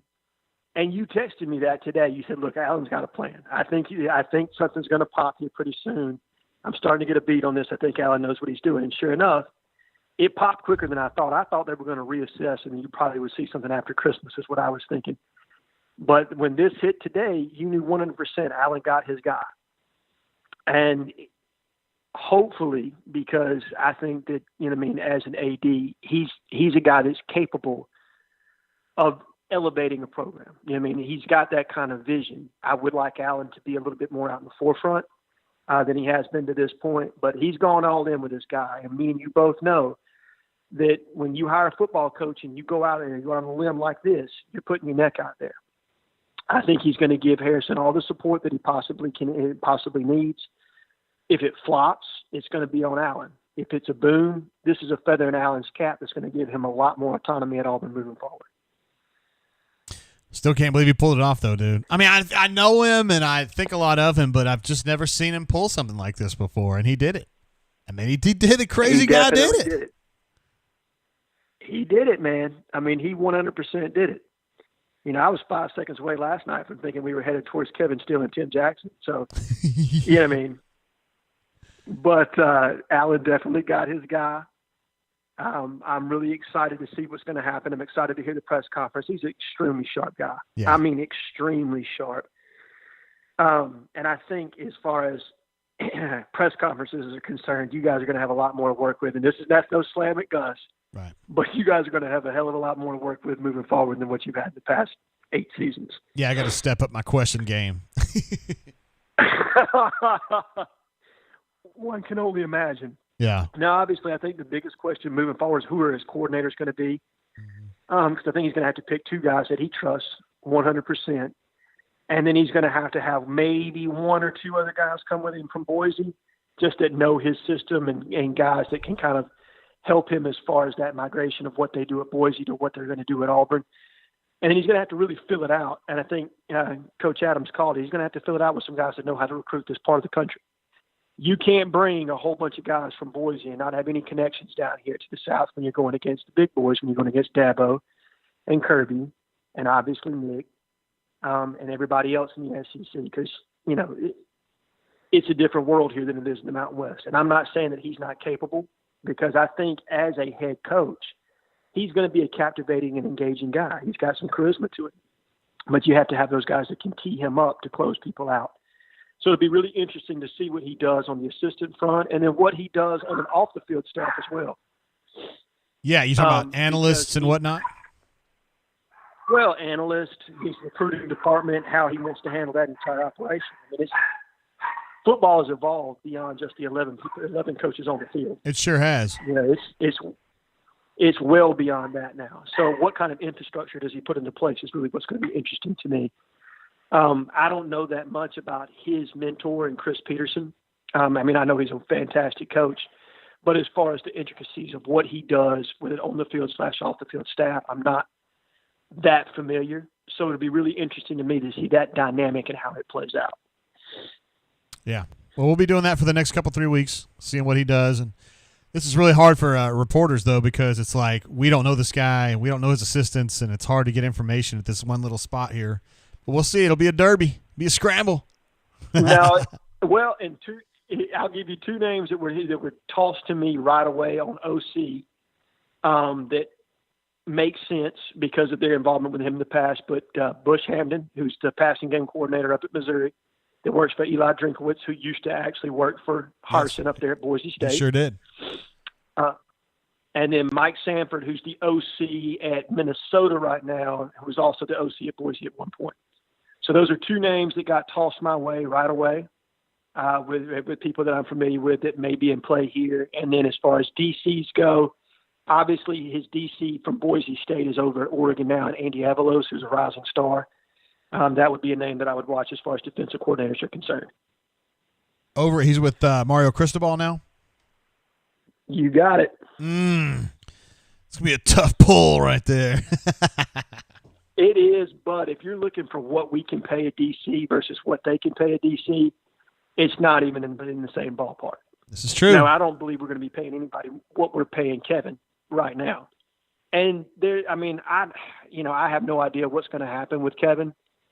I don't see him being retained as of right now, just because he was up for consideration for the head coaching position, and that's an awful big pill for him to have to swallow and then go back to being just a defensive coordinator. I'm not saying he's not capable of doing it, but with him and Harsin not having a prior relationship, I think it makes that extremely difficult to do. And Harsin's going to want people that he's comfortable with, not to say that he couldn't be comfortable with Kevin, but he's going to want people at Auburn that he feels like he can trust they're going to have his best interest in play. And I'm not one of these people that's going to get out here and spin conspiracy theories about Kevin or anybody else that's on the Auburn staff. That's not what I'm here to do. I'm looking at it more from the standpoint of when you're up for consideration for a head coaching position and then you're not the person that's selected for that, it just becomes increasingly difficult to work for somebody else. Yeah, absolutely. Yeah, I think we've seen the end of Kevin at Auburn. So, yeah. I think that's where we're at. But, excited to see what's going to happen moving forward, excited to see what's going to happen with Sharif. I heard you touching on that a little bit earlier, and my sources have been optimistic that he would be cleared. And they thought a little bit sooner than that. They thought he'd be cleared sometime in the non-conference. But it seems like we're finally trending in that direction and what that's going to do for the basketball team. And you're dead on as far as don't expect too much from that kid from game one. But let him get acclimated, get about 5, 6, 7 games underneath his belt, and then watch him probably kind of start to emerge into the starting lineup. And you can shift Justin Powell to the 2 and Planny to the 3, and you really, really, really have a dynamic team at that point. I think you got a team that can really make some noise in the SEC, and obviously we're going to be penalized this year and not be able to be in the playoffs. But this is a perfect year for us to get everybody in line and bring everybody back next year, because unfortunately at this point, Devin has not performed the way I think anybody would have liked for him to. That's correct. And he's starting to cost us some. I think he's a much more natural 3 than he is playing at the 2 spot where he's moonlighted some.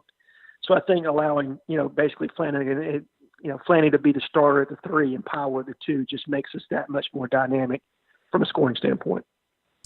I'm looking forward to this team next year, though. I mean, they're just grinding it out right now to get a little bit better so that next year they can just boom.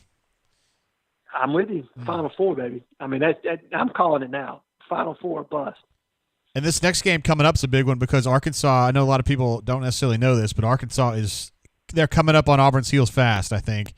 To me, that's the most upwardly mobile team in the SEC, and I think by the time Auburn gets ready to challenge for a title next year, it's going to be Auburn and Arkansas right there, and so you got to get used to these guys. I don't disagree, and Eric Musselman is a fantastic coach. Terrific. I mean, for people that don't know his background, I mean, he's a former NBA coach. He's been, I think, also at Arizona State. Runs a really interesting offense, very much into analytics, and just a really, really smart and savvy guy that has recruited extremely well to Arkansas, and he's gotten pieces that fit what he wants to do. So this is going to be a good game. I mean, I think we can beat Arkansas. I really do. But they're playing at a high level right now, so it'll be interesting to see how it all plays out.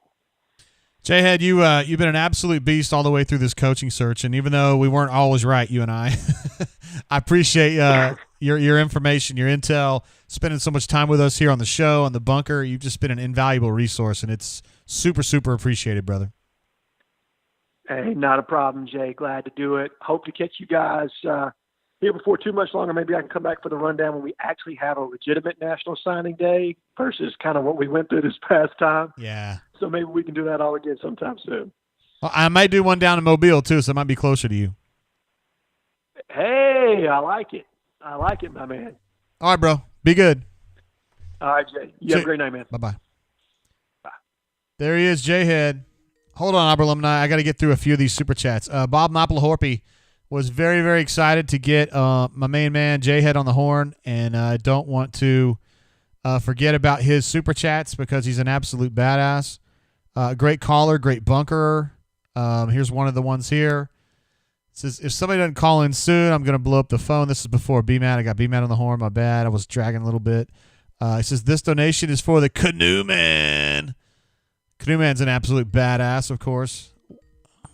And Chris K, appreciate you, bro. Does he have a set group of assistance coordinators normally? So you got that one right there. You got that answer by Jayhead. We got one of our absolute all-time stars on here right now. Why not AU? What up, bro? What up, JG? What a day it is, my man. Man, thank you so much for your super chats earlier. That was insane. You've been insanely generous, and it's so much appreciated, man. Oh, man, it's about all these other folks, too. Let's look at the super chat storm we got going on. I love it, man. We've created a bunch of crazy folks, haven't we? Yes, psychomaniacs, all of them. This show has taken off beyond my wildest dreams, and you're a part of that, too, man. You've been so generous, and it's appreciated. How fired up are you about this hire? I know your thought was going into this search, Auburn's got to know what it wants before it can go get what it wants. Do you feel like they made it happen on both ends there? That's why I love it, JG. As fans on the bunker, this is part of our fun, right? We go crazy about all these scenarios and all this kind of stuff, and that's great. But, man, at the end of the day, just let that committee do its work and judge them on the outcome. And I just really think we did a really good job. If you look back at it, we've never had a diverse committee like this go out and methodically make it happen. And that's what they did. And nobody really knew what they were doing, but they knew what they wanted. I think Alan Green knew what he wanted, going back to BMAT's call. And I'm just thrilled about it. Sure, would I have enjoyed to have a bigger name? Well, whatever. Everybody does. But those names got a lot of schools in trouble. Tom Herman was a big name, right? Yes. Let's see where that got you. Jim Harbaugh was a big name. Where did that get Michigan? There's a lot of big names and splash hires out there that sounded great, but they hadn't really worked out for people. So I'm thrilled with this hire. And, did you know much about him prior to this? Do you have an opinion about him specifically? Yeah, actually, where I remember him was when he took over, when he went to Arkansas State that year. And then I was shocked to just see him immediately bolt, and get a bigger job. And, I've done a lot of work up in Idaho, so know a little bit about Boise State just from the folks out there. And they can't say enough about this guy. So I just think he's hardcore and, they expect to win football games out at Boise State. It's not like they hired this guy saying, "Oh man, I hope he comes in and wins, 6 or 7 games a year." They expect to win. They've built a winning culture out there, and he continued that culture, and actually probably expanded it a little bit from a consistency standpoint. So let's let the guy come in and work, man, and see what he can do. And I like the idea that he's kind of an outsider. If the people who are tired of the good old boy network, this guy breaks that trend, that's for sure. And I think you're one of those guys too. I think you are. Oh yeah. You got to have somebody to come in and shake it up a little bit. And I think he's got the personality to do it. He's not gonna sit back and be a yes guy. I do think he's going to have the personality to work at all levels of the university, which Gus just simply didn't have. You've got to be CEO, you've got to be a technician, you've got to be all those things, and you've got to reach out to alumni, and you've got to be somebody that people feel like they can approach, get to know. And I just think we're going to be so much better off than we were with Gus. And let's I want Gus to be able to come back to Auburn like Chiz and Tubbs and get a round of applause. The guy's not a bad guy. He just reached his limit, and it was time for us to move on. And that happens in life and business a lot, and it's just the way it is. But that doesn't mean he's a bad person, and I hope Auburn, and I know I do, appreciate him for what he did. But it was time to move on. We got our guy. Let's roll, man. Let's go kick ass. I like your enthusiasm, brother. You sound like you're pretty damn fired up. No, I am absolutely fired up, man. We just needed somebody in the football position that hopefully can, be a little bit like Bruce Pearl. I know I've said that a lot when I call in, but man, Bruce Pearl to me is, you could take him for any coach, and you put the Bruce Pearl personality and the resume out there, just who he is.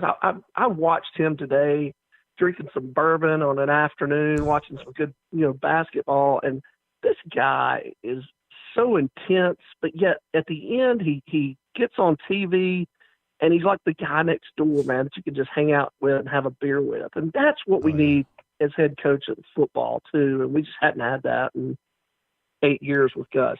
Yeah, I'm so fired up to hear you turn the corner, man, because you were down a little bit. I mean, this last season, I know you love Auburn. Everybody knows you love Auburn, but you were getting kind of down, and now to hear your voice, you're so excited. It's awesome to hear, man. Yeah, well, thanks. I'm very fired up. I love Alan Green. I want him to be super successful because I think he will take Auburn to another level. I just feel this guy can do it, and I really believe this was his coming out party. I'm so glad he did what he did, and the political savvy that he showed, working with dues, but working with the boosters and others to make all of this happen, amazing. So let's rock and roll, man. I'm going to let others have time on the phones. I just wanted to say thank you again. You guys do a hell of a job. You've done a hell of a job managing through this. Let's keep the super chats going, and let's make this even bigger than it has been at auburnsports.com, man. Let's rock and roll. Appreciate you, Why Not AU. You be good. All right, man. See you, bro. Later. There he is. One of the chief psychomaniacs right there. Absolutely. Chris K, before we had Why Not AU on the horn, says, does he have a set group of assistants coordinators normally? Thank you for the super chat, sir. I think it's your second one tonight. And I think Jayhead went through that a little bit. The guy at Missouri, the guy at Minnesota for offense. And then on defense, it sounds like the guy at Oregon they're going to be going after, one of his former assistants who is now Mario's defensive coordinator. Also had a super chat that came through a little while ago, but I wanted to call it out from Bob Mapplehorpy. Says, no offense, Canoe. We all family. That's because you were hooking up Canoe Man earlier. He was an absolute badass, of course. We got a few other super chats that came through. I just want to make sure I get these called out because you guys are absolute badasses. Bob Mapplehorpy again. I think that's your 5th super chat, bro. He agrees with Cleve C. This one's for you, Wardam Eagle, and for Doc Dumpster. Let's go. Man, Bob, thank you so much for your generosity, bro. And just being an absolute stud. Of course you are. Everybody knows that. And it looks like we had some support for a Know Your Friend from Coach Hunter. We'll see if we can do some work on that. I know he loves doing that stuff. Give him a few days to kind of break down some film on that. We'll get to it. Let's see. BMAC 34420 was a badass as well. Auburn alumni. Hold on, bro. I got to get through some of these. Okay, JG, now you should have time to come record a podcast at Voodoo Mobile. I did mention that earlier with Jayhead, who lives down that way. Thanks as always. My question is, who will be on the staff? So we talked a little bit about the coordinator situation, and once they get that straightened out, we can find out some more of that. But as Jayhead pointed out, and I agree completely, they've got some holes to fill in that staff. They got to have some people with SEC experience because you can't have a bunch of dudes from Boise or Oregon or Minnesota coming down here to do that work. You're going to have some dudes from the Southeast who you can trust and are going to help you recruit down here. It's going to be an absolutely critical part of the process. Who gave me a thumbs down? How dare you? You guys are terrible. No, I'm just kidding. Maybe that's a Bammer. Or maybe that's a Bronco fan who's upset that the coach left. Who knows? Bob Mapplehorpy again with like a 6th one. Unfortunately, it's a little bit late. Ask Jayhead about the potential hires for coordinators from Missouri, Minnesota. Can they recruit? Wish I had been able to get into that with Jayhead, but I wasn't able to. My bad. Cleve C jumps in again. Are you kidding me? This guy, unbelievable. This is JGT. Bryan Harsin is the new head coach. I'm thinking he will be a good listener pertaining to existing staff. But hopefully the new coach will have full reign to run with who he believes will make his staff most effective. Yeah, I think he has full reign. We'll just have to see what he ends up wanting to do. I think for Kevin, it's tough. You don't want to go from the interim head coach to being a coordinator again, so we'll just have to see how that breaks down. Cleve, you've been incredible tonight. The Pappy's been delicious. I can't wait to read the book about Pappy Land. Just the generosity is like off the charts, dude. Thank you so much. You're an absolute rock star. My man Collins M checking in the chat. Our main man in Virginia. No disrespect to DJ Noodle, who's also that way. Michael jumps in instead of red hand pointing up. With the hand raised guys, maybe? Is that what it is? And then Patrick D, after a tremendous call, he is Why Not AU, by the way. After an excellent call, I was so stoked to hear him like fired up and excited and encouraged and like just happy to see this go down. I was so stoked to see the change in his voice. And the guy's been a steadfast supporter of everything we do here, both on the bunker and on this show. I mean, a big reason why this show kicks ass and looks good and actually stays on instead of failing all the time is because of Patrick D and your incredible generosity. Thanks, brother. It means a lot. Seriously. It's crazy. Another one from Carson, who I think it's your fourth or fifth, and I appreciate you. He says, what was Harbert's role? Interesting question. Harbert initially, my thought on Harbert is that I think he's probably counter to what a lot of people would say would be the good old boy network. It seems like a lot of folks, when they talk about this, they just kind of lump all the Board of Trustees people together, which is a mistake because some people I would see as a traditional good old boy network, and there's other people on the board that I would say are kind of anti that.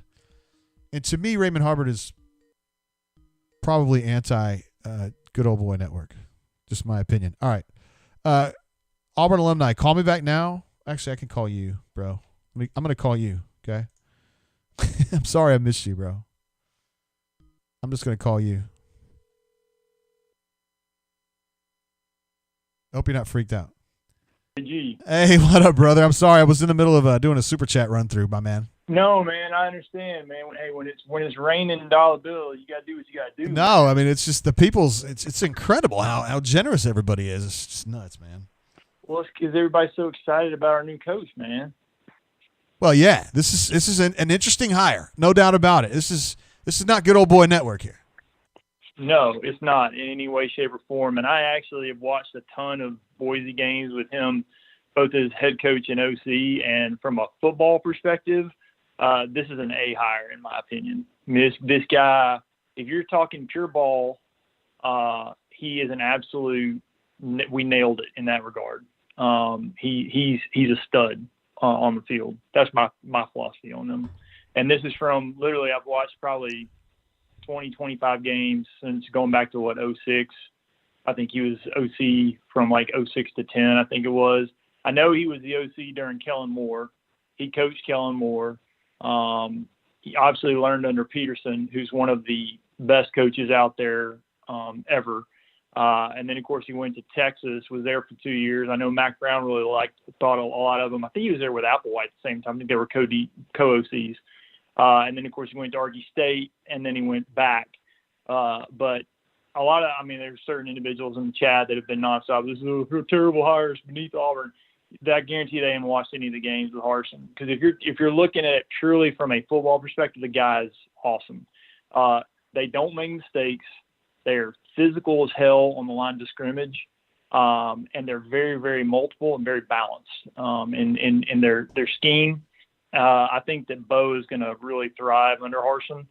I also think that Tank, because people forget too, he had Ian Johnson when he was there with Kellen, and I think Ian Johnson rushed for like 1,200 yards under him. So from a pure football perspective, the guy's awesome. And then you've already mentioned, but if you look at his press conferences, he's very much got some die qualities. I mean, he's a hard-nosed guy. He's very.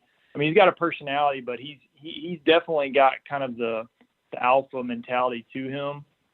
I think that he's gonna. I think that after the press conference, I think he's gonna win a lot of people over. My question, obviously, like everybody else, is he's coming from a completely different part of the country where he spent the majority of his life, and he's coming in and he's recruiting against the big boys. But that being said, if you're a good ball coach and you know how to coach ball and you've had the success that he's already had, I don't have any doubts that will pay off and the recruits will see that. I do think that he's going to need guys from this area. But the other aspect that it is I would suspect, at least early on, we're probably going to have more of a national recruiting footprint. I would suspect his contacts in the Pacific Northwest, his time in Texas, I would think similar to what we saw with Morris and him dipping into Texas. I wouldn't be surprised if we went into Utah and Idaho and those areas to grab some guys that he already has relationships with. And I don't know about you, but I'm all for us grabbing a bunch of those big Samoan offensive linemen that they got out there. Hell yeah. You know? It seems like he's always got a few. A lot of times his guys are better than Auburn's guys at Boise. Yeah, absolutely. But, yeah, I mean, and then outside of that, just to reiterate what everybody's already said, the great thing about this hire is it was absolutely Alan Green's guy. I mean, this has no yellow fella, no good old boy, anything to it. As everybody, half the people are like, whoa. And obviously it was played close to the vest. Nobody saw it coming, not a soul. And I think that is huge for us from another perspective. I think you saw through this whole search, and this was really the first search. I mean, you had one in 2013, but this is the first search where, social media is kind of where it's been. Yeah. And is in such a large fashion. And I think you see the frustration that a lot of Auburn people have had with how things have happened over the course of, like I said, I'm about your age, and, we all said, well, it's always like this, but we're tired of it always being like this. And people forget Alabama had the same issues that we have before Saban got there. They ran through all those hires, and they had all those warring factions and the boosters and all that stuff. And then they had an alpha come in. I'm not saying Harsin Saban, no. But what I'm saying is the reaction. We haven't had our Saban yet. We didn't get a guy come in here and dominate. So I think you saw the voice of the majority basically coming out, and the stop steal and all that. So that's this. If you were in that, in that movement, so to speak, and wanting to be heard, you got to be happy with this. If you're worried about the guy's record. He was 12-2 last year. His worst year at Boise was 9-4. Yeah, that's the bad year. 10, 11, 12. That was a terrible year. Bad year. The dude has been absolutely money the whole time he's been there. He coached Kellen Moore. He coached under Peterson. He coached under at Texas. The guy is a stud on the field. Can you recruit? That is the major question I have. That's the only question I have. I have no doubt about it. Here's the other question I have is people are saying, well, I don't know if you can recruit. Well, he's at Boise. He's not going to land top 5 classes at Boise. But what does it all go back to? Winning. So the guy wins. He's beaten Oregon. He went to Tallahassee and beat Florida State. And they were down like 3 touchdowns and then came back and won in the second half in that game. So at the end of the day, it's all about, do you win? This guy wins. He wins a lot. And he doesn't win with trickeration. He wins with hard-nosed style. And he's got a outstanding reputation as a quarterback developer. What are the 2 areas that we've been complaining about at Auburn under Gus Malzahn? Quarterback development and offensive line play. So he ticks the boxes. But that's that.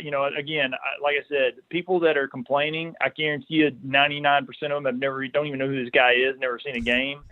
But if you watch and if you know ball, this guy is a stud, and I'm pretty pumped about that part. Now we just got to see if he can recruit. But he gives the 2 thumbs up for me. That's for sure. Word, that's good, man. Because I know you've always been a very level-headed caller, but I know you were kind of tired of Gus, and you were kind of hoping it was going to be a change. Not because you don't like Gus, you just felt like somebody needed to come along and pull this up a little bit, and you think this might be the guy to do it. I do. I mean, it's been 8 years. We needed a change, regardless, and nobody cares. Obviously we got frustrated in the coaching search, but if Harsin comes in here and he does what I expect him to do, which is he's going to be very organized. We're going to play outstanding, have outstanding quarterback play. We're going to have tough lines of scrimmage. He's going to do what he says, and he's going to win a lot of people over in the press conference. Just wait. But once he gets a staff, I would suspect Avalos would be the name, but if I'm not mistaken, from what I saw from the Boise boards, Avalos has probably got a good chance of getting the job at Boise too. And hell, why not make a run at Kellen Moore? I mean, I don't know if he's willing to come back from the pros, but that's another guy. Maybe you take a run at him and bring him back with him there. But I don't know. But I do know that we've got a good ball coach coming in. I think he'll recruit just fine. And get behind him, and please don't poo-poo the choice if you haven't even seen a game. That's my question. Don't be sitting there going, oh, this is beneath Auburn. You have no clue what you're talking about. The guy has won double digits every single year except for his bad year of 9 wins at Boise. He knows his stuff. So, yeah, man, get behind him, and kudos to Allen Green. Kudos to Auburn. Let's go out and win. And by the way, good job, B-ball team, and free Sharif. All right, man. See you, bro. Bye, bud. There he is, Auburn alumni. Calls us every single week. Always good stuff. I got a few super chats I want to make sure we get through. That was obviously Auburn alumni. So people were asking, hey, who's calling in? Up in the top left of the screen there, you see the big vision. On the actual scoreboard, I always put the name of the person who's on the horn. So you're thinking, who's talking? It's always going to be whoever's up where it says big vision. So that was Auburn alumni. That was Auburn alumni. J. Smith 5187 jumps in with a super chat earlier before that last call. Says, hold the line, you swoogans. Hashtag, that's my AD. I love to see you guys picking up on Allen now. Because everybody was kind of like, I don't know how I feel about Allen. Not that you didn't like him. You just kind of didn't have enough data. And now it's good to see Allen getting some love, man. He's been here a while and kind of picking his spots and learning the lay of the land. And then he had a chance to kind of rise up. And actually, I told somebody that on Twitter the other day. That was really, on text the other day that were like, I don't know what's going to happen here, man. I was like, listen, I know Allen. He's a smart guy. He's a calculating guy. This is his moment. Pressure's on. He's going to come through because he's had so much time to build toward this. Bob Mapplehorpe says, good night, Jay and friends. Good days ahead. Crocodile is my son, if y'all didn't know. Bob, I'm glad I was able to get Jayhead on there for you, brother, and I appreciate your super chats and your generosity all the time, brother. You know we love you, and thank you for that. Mama do that. My main man. Our best caller in all of Indiana or Illinois. So, JG, you're the best in the biz. Brunker and Brain Drain has been unprecedentedly entertaining the last week or so. Appreciate you. Oh, you bet, bro. Thank you for your support, both as a caller, as a bunker member, and as a super chatter as well. Absolute beast.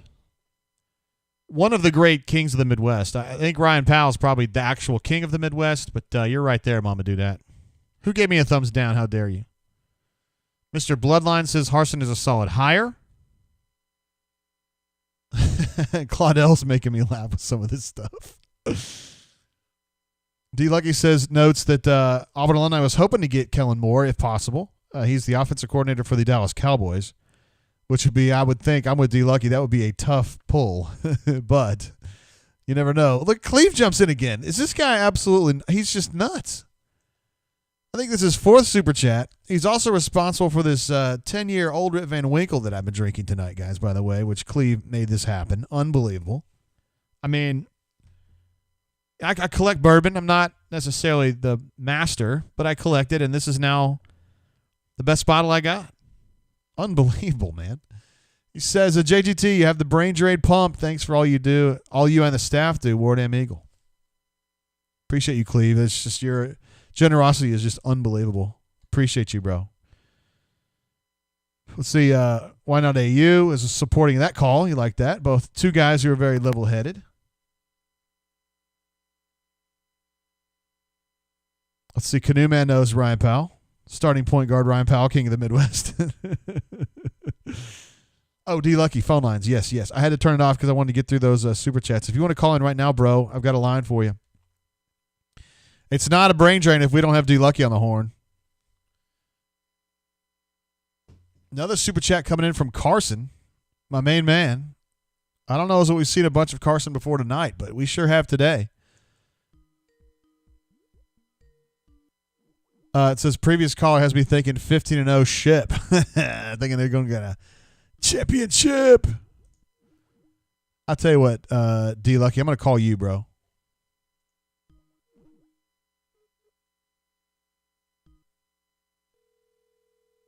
I'll just call you, bro. JG. What up, D Lucky? What's happening, man? I just decided I would call you. It makes it easier. That works. I'll take that. All right, so Kellen Mond, I'm sorry, Kellen Moore. It might be a tough pull. Kellen Moore is not coming this way anytime soon. I mean, I think Auburn's a great place and all. I just do not see him packing up and leaving the greater Dallas Metroplex for Auburn, Alabama. No, right now. That seems like a tough one there. little bit. Now, if somehow he decides to do it, then that means Harsin's a much better recruiter than anybody ever gave him credit for. So, no, we'll take it if it happens. All right, man. So you're a guy who's been level-headed the whole way through. Your thoughts on Harsin, who's kind of a diamond in the rough type guy? Diamond in the rough. I think that if you look at kind of the negatives everybody had with Gus, he checks the opposite boxes in a lot of ways. Moore is a perfect example for me. With Gus, you kind of had Gus was so insulated and isolated almost with the way he approached everything that he didn't have anybody he could bounce stuff off of. He didn't ever improve himself or work new things into his offense or do different stuff with the program to make it better. And I think that Harsin has folks like Moore and Eli and Chris Peterson that he probably bounces stuff off of. That he's got a network of other coaches that he can lean on to help him where he might be a little weak, just, inherently as a coach. So I think that's going to be a benefit to him and to us down the road. The recruiting thing, I don't really care about that right now. I think he is going to get a staff that's going to help out with that. And for all the whatevers, again, checking back comparison to Gus, for all of Gus's time, I think he spent every day of his life living in the south of the Mason-Dixon line, and that didn't help him one bit in recruiting. So I don't care where the guy was at before. I want him to come in and do what he's always done, and he's been successful where he's been, and I just want to see that continue. So I think he's going to put together a staff that kind of fits his image of what he wants, which appears to be hard-nosed, somewhat aggressive, and if we can get that from the teams that we have, I'll take that. I'm good with that. What do you think about Alan Green putting his neck out for this one? I mean, he really did put his foot down and say, "No, we're not going with the good old boy network. We're going to do something different here, and this is the guy." What do you think about that? I like it. It's refreshing. We have worked on kind of continuity over and over again, and I think that's limited us. So for someone to come in with very new eyes in Allen and say, here's the path we're going to go down that's different than what we've done before, I like that, and I think that will bring some fresh ideas to the program. Part of the issue with Gus was that it was stale. It was the same stuff repackaged in a slightly different way. It didn't get us any better results. So if we want to push the envelope and take a next step, then we can't just take a half step in that regard. So I think Allen realized that and said, okay, we got to do this differently, and we got to go and find someone. So someone that's a quarterback developer, has that that reputation. That's exactly what we struggled with. I mean, you start there. I mean, if you tell me that the guy can recruit tackles and an edge rusher too, then I don't know what I'll do. That's the challenge we've had, and I think he addresses that in a lot of ways. So I think Allen did a great job of going out and finding someone, and the fact he was able to keep it hush hush and bring somebody in like this, even better. Yeah, hush hush was tough, man. But he's a close to the vest kind of guy if you know him. That part doesn't surprise me. It just tells me there weren't a lot of people in on it. Yeah, which means he had a plan, and if he was able to enact his plan while simultaneously undoing that horrible plan that appears other folks had of recycling Kevin Steele, then even better.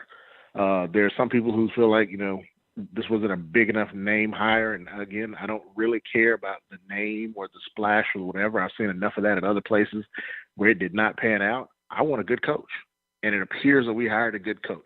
And for that, I'm 100% in until I'm 100% out. So I'm behind the dude, and I'm gonna wish him well, and we'll see who adds to the staff, and we'll go from there. Yeah. Anybody on the staff you feel like they got to have, or are you just kind of open-minded about it? I'm open-minded about it. I mean, I don't have anybody that's predetermined that's got to be on. If he decides that he wants Steele and Steele's the right defensive coordinator for him, I don't care. If that's his decision to do that, then okay. Now, if it's forced on him or pushed on him or whatever else, then I got a problem with it. But whoever he decides is good enough to help him get the program where he wants it to, then great. And if that means that there's not a single person that's here now, that's part of it. That's fine too. But we're gonna have to try to do stuff differently than we've done before, and people don't want to look at it, but that's helped us. It's helped some of our biggest competitors to get where we're trying to get to. because they were going out and getting Saban. It was different. It wasn't what they had. It wasn't even their first plan. It wasn't the first guy. They had somebody else who was taking the job, and then they went back and said, okay, we got to go another route.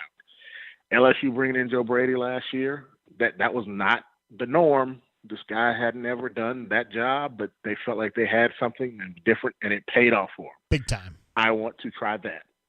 I want to try that and see what that gets us. And if for whatever reason it doesn't work out, then we go on to the next one at that point. But again, I'm 100% in on this dude until I'm 100% out. That's one way to put it, D-Lucky. Then they'll just go to Hugh Freeze. He's the next man up. Fine. I'm just fine. teasing. If that's whenever that comes, then okay. But until then, we're all gonna push in the same direction. Push, pull, whatever it is, we got to go in the same direction. All right, D-Lucky. A great call as usual, and you're an absolute bad. You're on the Mount Rushmore of the brain drain, no doubt about that. We love having you on. And I appreciate it. Everybody drink one, celebrate tonight. Good news doesn't happen very often. We don't get a new coach very often. So for all the miserable folks who can't enjoy this, I'm sorry for you, but I'm going to drink one for you tonight anyway. All right, D-Lucky. Be good. All right, man. Peace. See ya. There he is. D-Lucky says drink one, guys. I mean, I got to abide. I mean, if he says we got to drink one, we got to drink one. I'm drinking this Old Rip Van Winkle 10 right here, provided by Cleve C, who's an absolute G. Not only has he done that, he's super chatted the hell out of it. All day today and all day last time. It's unbelievable. Okay, I want to make sure. I do have the phone lines open, but I want to make sure I didn't miss any super chats. Because we never want to do that. That's like worst case scenario for me. Oh, Georgia Rebel's in the house. What up, bro? Glad to have you here, one of our Rebel Grove friends. We love having our friends over there. Coming over here, I should say. Chip jumps in with a super chat. Says super chat of Steele's record as head coach to celebrate the mothballing of the doom and gloom banner until Harsin's first loss. 9-36. And he gives a super chat of $9.36. That's pretty clever. You got to give him credit for that. Sam H says, call Coach Hunter. We would normally, but he's got young ones at home, like real young, and I don't want to do that. So what we'll do is we'll save him for the next show, and hopefully we can get one of those Know Your Enemy. We'll change the name a little bit and see if we can get a better feel of the strategy for what Harsin's going to probably do. Austin M jumps in, says, personally not disappointed with this hire. Really hope this is the product of our AD hiring and the boosters getting pushed aside. Thanks, JG, for all you do. You're a badass, my friend. No. I'm not a badass. You're a badass. Thanks, Austin M. Glad to have you super chatting, part of the show. And, this is definitely a product of the athletic director doing the hiring. I promise you that. There's some people that are very salty about this hire. And I know there's people on this chat that are like, oh, this guy stinks. Dude, if it was Urban Meyer, people would say that still. There'd be his folks that were upset about it. But we got a caller coming in. This person's been very tenacious. Hey, caller, welcome to the show. How you doing? Doing good. How you doing, Jay? Good. Who this? It's Buckshot. What's up, Buck? How you been? I know you've been calling. I just was wanting to finish the super chat there. Dude, I've called like 43 times. We love you, though. We're glad to have you. Hey, I just want to bring something up real quick. I remember back in the early 2000s when Alabama was going through their, coach every, 2 months deal. Yeah. Pat Dye was quoted as saying they will never reach their full potential until they bury the hat. Do you remember that? I don't remember that, but that makes sense to me, yeah. Until they get away from trying to find the next bear or a bear guy. I think we did that today. I think that we went away from that good old boy network, and when Alabama did that, they hired Saban. I'm not saying Harsin is Saban, of course, but I'm sure that pissed a lot of people off at Alabama, a lot of big money guys. But when he got that thing rolling, you know what? They came back. And the same thing's going to happen at Auburn. All these people, the good old boys that may be pissed off right now, once Harsin gets this thing going, they're going to come back. Everything's going to be fine. And I'm just so happy that we went this route. I've watched a lot of Boise State football. I'm a college football fan. I'm an Auburn fan, but I watch a lot of college football. Man, they are solid. If you've watched Boise State over the years, there's no drop off from Peterson to him. We're getting smart football. We're getting hard-nosed football. Not a lot of mistakes made by his teams. And I think it was Auburn alumni were talking about when they beat Florida State. They held Florida State completely scoreless in the second half of that game. Florida State dropped 31 in the first half, did not score a single point in the second half. That's halftime adjustments. So I'm not going to stay on here for a long time. You're doing super work, man. Love the content, man. You are just on fire. Awesome. Love it. Anyway, War Eagle, good day. See you, Buck. There he goes. Short but sweet. He's stoked about this hire. He's watched a good amount of Boise State and feels like that's a well-coached team, a team that makes adjustments, and a team that, or a coach, I should say, that's going to go out there and field a team that maybe makes a little bit more sense strategically than the one we had, specifically on offense. Harsin, again, is an offensive guy. So we'll see what he can do. We had a super chat coming through from Sterling, who's a badass. Freaking super chatter and chatter in the show. Also poster of note. So special teams are special at Boise under Harsin. That's another part we got to take a look at. Maybe Coach Hunter can give us some ideas on that one too. Hey, caller, welcome to the show. How you doing? Doing good, JG. This is Fat Crack. Fat Crack, what up, man? How you been? I've been good. How about yourself? Awesome, man. Ready to get some sleep? Hell yeah, I'm getting about there. This Pappy, this old rolled Rip Van Winkle is so good, dude. Oh, I hear you, man. I hear you. Well, thanks for taking my call. Of course. Man, pretty excited about this. I'm not going to say I'm a Boise State watcher like some of these guys are, which they're probably not. They probably did a quick little Google search, but let's be honest, not many people are watching Boise. But very excited about it. And if there's ever a time I was thinking, man, this spring, man, COVID has to go so Bo and this guy can get together this spring. We can actually have a full spring training and a full A-Day game and all that kind of stuff. If there's ever a time for us to have a full spring, this is it, man. Yeah. So I'm excited about it. I'm excited about the future, and it could have went in so many different directions, a whole lot worse directions, that's for sure. And but I'm excited. Like everybody's saying, just to repeat, it's nice to get outside the box. And I got a couple, Bama buddies, and I got, unfortunately in the South, you got house divided and stuff like that, and all of them worried about recruiting. I think Auburn alumni said, this guy knows how to win. If he knows how to win, I think recruiting will come. What do you think? Yes, I think to some degree. You just got to get some guys, that's got some charisma, that know the Southeast, and just kind of get out there and get your name out. Because in the beginning, man, these recruits are going to have to Google his name. They're not going to know who he is. Yeah, but, I guess that could be the only. For inside, that would be the only one I would think, because he has the winning. He knows how to manage and run a program, a clean program, an honest program. He seems like he doesn't take any bull crap. Like you saw in the bunker, somebody posted he actually said a cuss word in his presser. So, it's I think it's going to be a nice change. It's going to be fresh, for our players to hear, even for the boosters to hear, definitely for the fans to hear. So, I'm excited. Like everybody's saying, very excited about who he's going to bring in. Like I think Jayhead said, possibly the Oregon DC coming in and stuff like that. So just excited to see who he's going to bring on staff. And yeah. So I'm not going to keep it long, but all right. Very good. But anyway, man, I appreciate. That's a hell of a call, Fat Crack. That's a thick call right there. You just get to the point, and you're ready to go. I like it. I was just sitting here thinking, man, how important spring is. This spring is, if we ever needed one, man, this is it. And I'm sure Bo's excited. I'm sure his dad's excited about it. Not, bashing Gus, but I'm sure they're ready for something new. And actually a guy who's taking care of quarterbacks and seeing quarterbacks progress. And so I'm excited. If Bo can't get it right on this one, then I guess it is time to move on. Time to move on, yeah. Yep. All right, Fat Crack. Be ready, so. That's a hell of a call, man. Have a good one, JG. Appreciate you, buddy. See you, bro. Bye-bye. All right.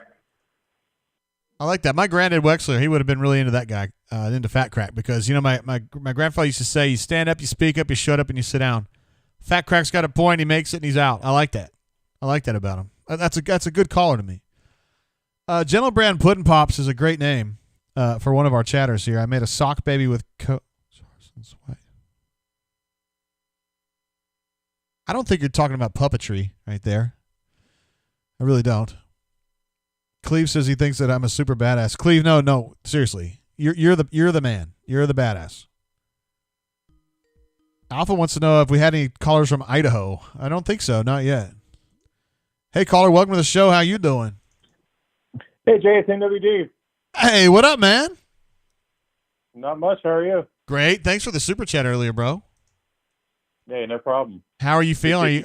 Are you close to 100% now, or? It's still, about every third day I kind of end up sleeping all day, but it's not the worst thing ever. That's good. I mean, that's better, right? Yeah. Doctor told me I couldn't go home and see my family, so that kind of stinks for Christmas, but, it'll be all right. So what do you think about this one, man? You're one of our smarter callers. I'm not saying anybody else is dumb, but I feel like you're one of the most introspective ones we got. What do you think about this one? Didn't expect it.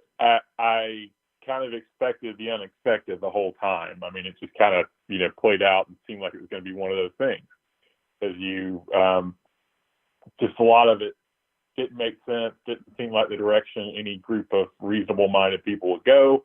Auburn's Auburn, but I kind of kept faith in Allen the whole time, among others. I know Goosh he's been around a lot of these people a long time, but he doesn't necessarily make really dumb decisions, which is part of the reason they brought him back. And you heard some of these names floated the last couple of days, and the Auburn was leaning in that direction. It just didn't quite add up. So I was kind of like you, I think, a couple times there in the bunker. It kind of seemed like there was something else going on.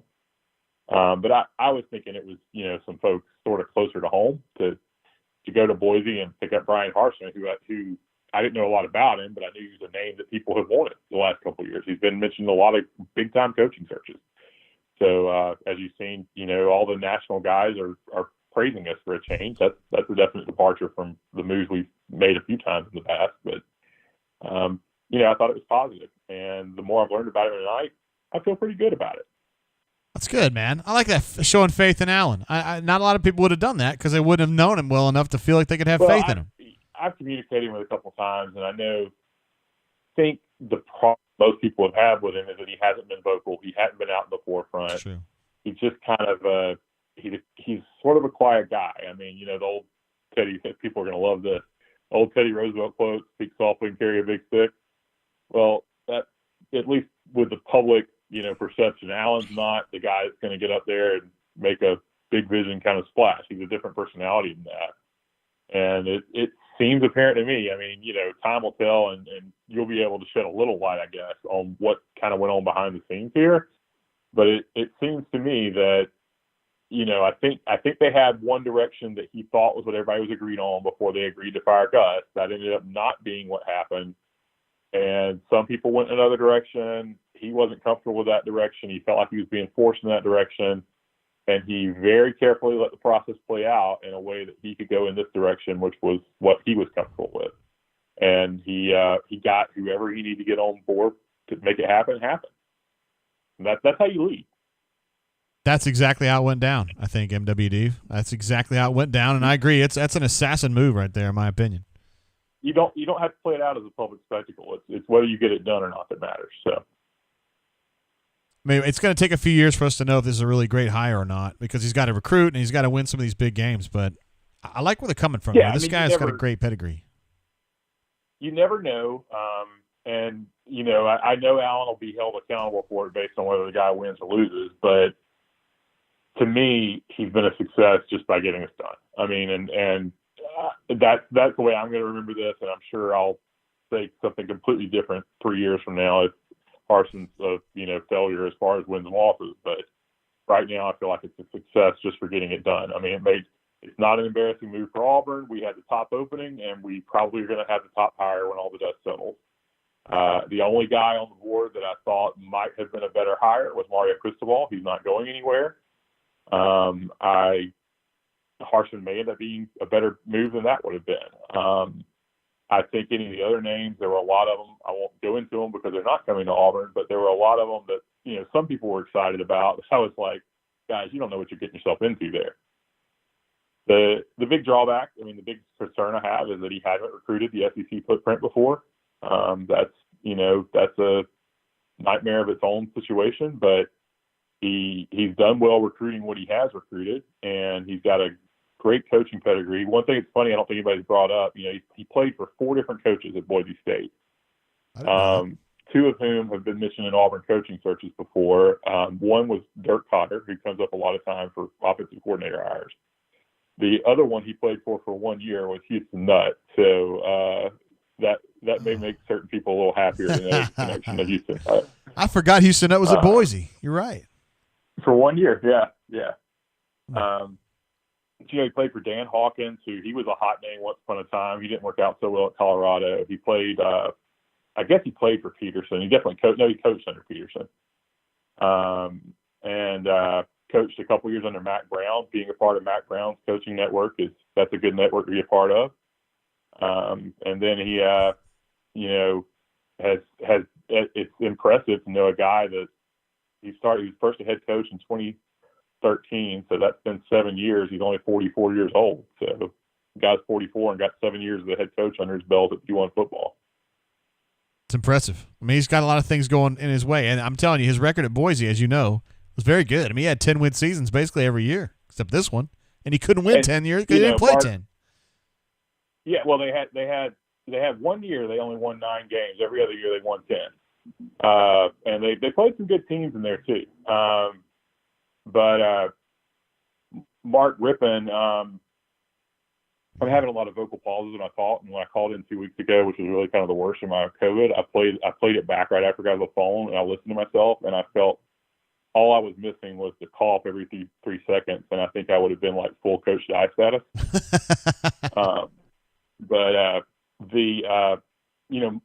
He coached Kellen Moore and he coached Colt McCoy. Mark Rippon, I don't know if he's Hall of Fame or not, but he was a 2-time Super Bowl winner and Super Bowl MVP. He sends his nephew to play for him. When you got a Super Bowl MVP quarterback sending, his nephew to play for the guy at Boise State, of all places. He was recruited by SEC schools and Pac-12 schools, and he goes to Boise State to play for a guy. That's a pretty good endorsement. So I feel good about that. Mark Rippon with the Redskins when he was having the Washington football team. Yeah. 91. Yeah, the Washington football team. 91. That was probably the first Super Bowl I remember watching. Easy, buddy. Yeah. That's good stuff, MWD. Everybody's fired up to hear you feeling better, though, bro. Yeah, man, I appreciate it. It's I think it's going to be just a couple months of getting back to 100%. But the virus has been going for a few weeks now, and it's just recuperating now. So very good. Well, I'm glad you fired up about this one, brother, and I'm glad that you've given it the seal of approval, the MWD seal of approval. That's a good thing. Hey, yeah, nobody knows what's going to happen, but it's a new coach at Auburn. It's not an embarrassment, and everybody should get behind him, and let's see where it goes. Have some fun, get some energy back in this program. All right, brother. Appreciate your call and the super chat too. Thanks, Jay. Yeah, have a good one. See you, bro. Bye. There he is, NWD. Feeling good 2 out of 3 days, man. That's better than normal. Claude, man, you're making me laugh in this chat, bro. Talking about you think Mario Cristobal could make a good pizza pie. That's pretty funny. Thank you, D. Lucky. I guess Luke was having some questions about who was on the horn. It's whoever's up here in the big vision up at the top, like where it says MWD. That's because we had MWD on just a second ago. Now we're changing callers. Hey, caller, welcome to the show. How you doing? What up, JG? Word. Who I got? Captain Eagle Fly Good. Hey, what's up, man? It's been a minute. What's going on? Basking in the glow of not hiring Bill Clark. You weren't feeling that one, huh? Let me tell you, yesterday was a roller coaster because I was had a busy thing going on at work, and I was getting texts on my Apple Watch, like, hey, we're about to hire Napier. Oh shit, Napier's staying. It's Bill Clark. Jay saying they're discussing numbers, and then I get back to my hotel room and I couldn't figure out what was going on. So, they could have hired Mickey Mouse today for all I cared, and it would have been all good with me. Yeah, you didn't want that UAB thing. I get it, man. It's kind of a small school to go up to Auburn from. I think Clark would be fine, but just the way that everything had kind of gone down, whatever. I'm pretty pumped though about this guy. I think more than anything, I think the cultural piece of not doing what the Auburn people wanted to do is potentially huge. I'm not smart enough to know about like the football side of it, but like actually changing the cultural piece of, he's one of the people that we know and we just got to get back to doing the Auburn thing. I'm pretty pumped about it. Yeah, you get kind of, D. Lucky was just saying in the super chat he put up that it's kind of a reset, man. Like you reset today. You're done with Gus. To a large degree, the good old boy network's gone, and now you come in with a new guy, and you just kind of roll with him and see what he can do. And, I mean, I know from an Auburn perspective it could be tough to say, I don't know, we're going to have any of our usual stuff, but maybe it's good to hand it over and let somebody who's shown that he can win 10 games or more every year do what he can do. I think it's certainly an opportunity. It's an opportunity to have a reset. Whether or not they let that happen is going to be, I remember I was in school when Tuberville got axed, and everybody was super bummed about it. And then, then they come out with Chiswick and everybody's freaking out. I sort of worked in the athletic department at that point, and all the athletic department people made this incredible shift automatically. It's like they didn't even know he was 5-19. They were all like, "This is amazing," and I was looking around like, "This is bullshit." And so it will be interesting to see if that sort of old guard mentality moves along now that somebody from, frankly, outside of this entire world comes in. I think that's what I'm most interested to see. The second thing I'm most interested to see is what in the world happens with Allen at this point. I think it's a super interesting, thing. He has obviously thrown up the double birds to the powers that be with this hire, and I think that's awesome. But last week, I was way down on. Maybe not way down on Allen. I mean, I was way down on Allen, but I know some people who coach and they're all way down on Allen just because he doesn't seem to do anything. And, for the same reasons you've talked about a lot, he just kind of pops up to say stuff and then they don't hear from him forever. And then, and it was a weird spot for him to be in to say, you've got Jimmy Rain and all these people allegedly floating in the background, making all these moves with coaches, but Allen's technically on the committee and all this kind of stuff. And then all of a sudden he just pops up and does the damn thing. And, did they come back and retaliate? Did they axe him? Is he just looking for the exit at this point, knowing that this is sort of his swan song here? Or is this sort of our favorite horticulturalist giving him some cover to make that cultural change? I think that's an interesting piece to watch going forward, and I'm really excited to see. It's kind of what goes on from this point on. Dude, your little digs. I'm super excited about it. Your little digs are so clever, and I think it goes over people's heads. I really do. Our favorite horticulturist. I bet 5% of people know who you're talking about. That's hilarious, man. Talk about Dr. Goosh.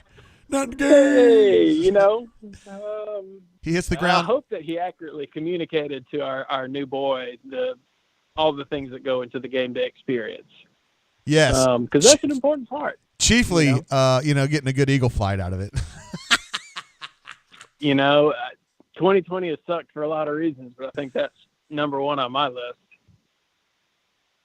Not seeing that beautiful bird. But anyway, I'm excited. Does suck. I mean, everybody's touched on the recruiting thing, and I think, he seems like a charismatic guy from the clips that I've seen of him. But again, I don't really have a clue about any of that, so we'll see. All right, Captain Flag, another incredible call, brother. We appreciate having you, man. You're the best. Hey, man, appreciate all you do. See you, bro. See you. Unbelievable. Did you guys see this? We got another. Oh, my gosh. Shane G jumps in. Oh, my gosh. Hold on. I got to take this call, Shane G. You know I love you, bro. Hey, caller. How you doing? Welcome to the show. This is JG. Big JGT, this is Cleve. How you doing? Cleve, I knew it was you calling in, bro. Hey, let me cut off the YouTube. Hold on 1 second. Yeah, just hit mute. You're good.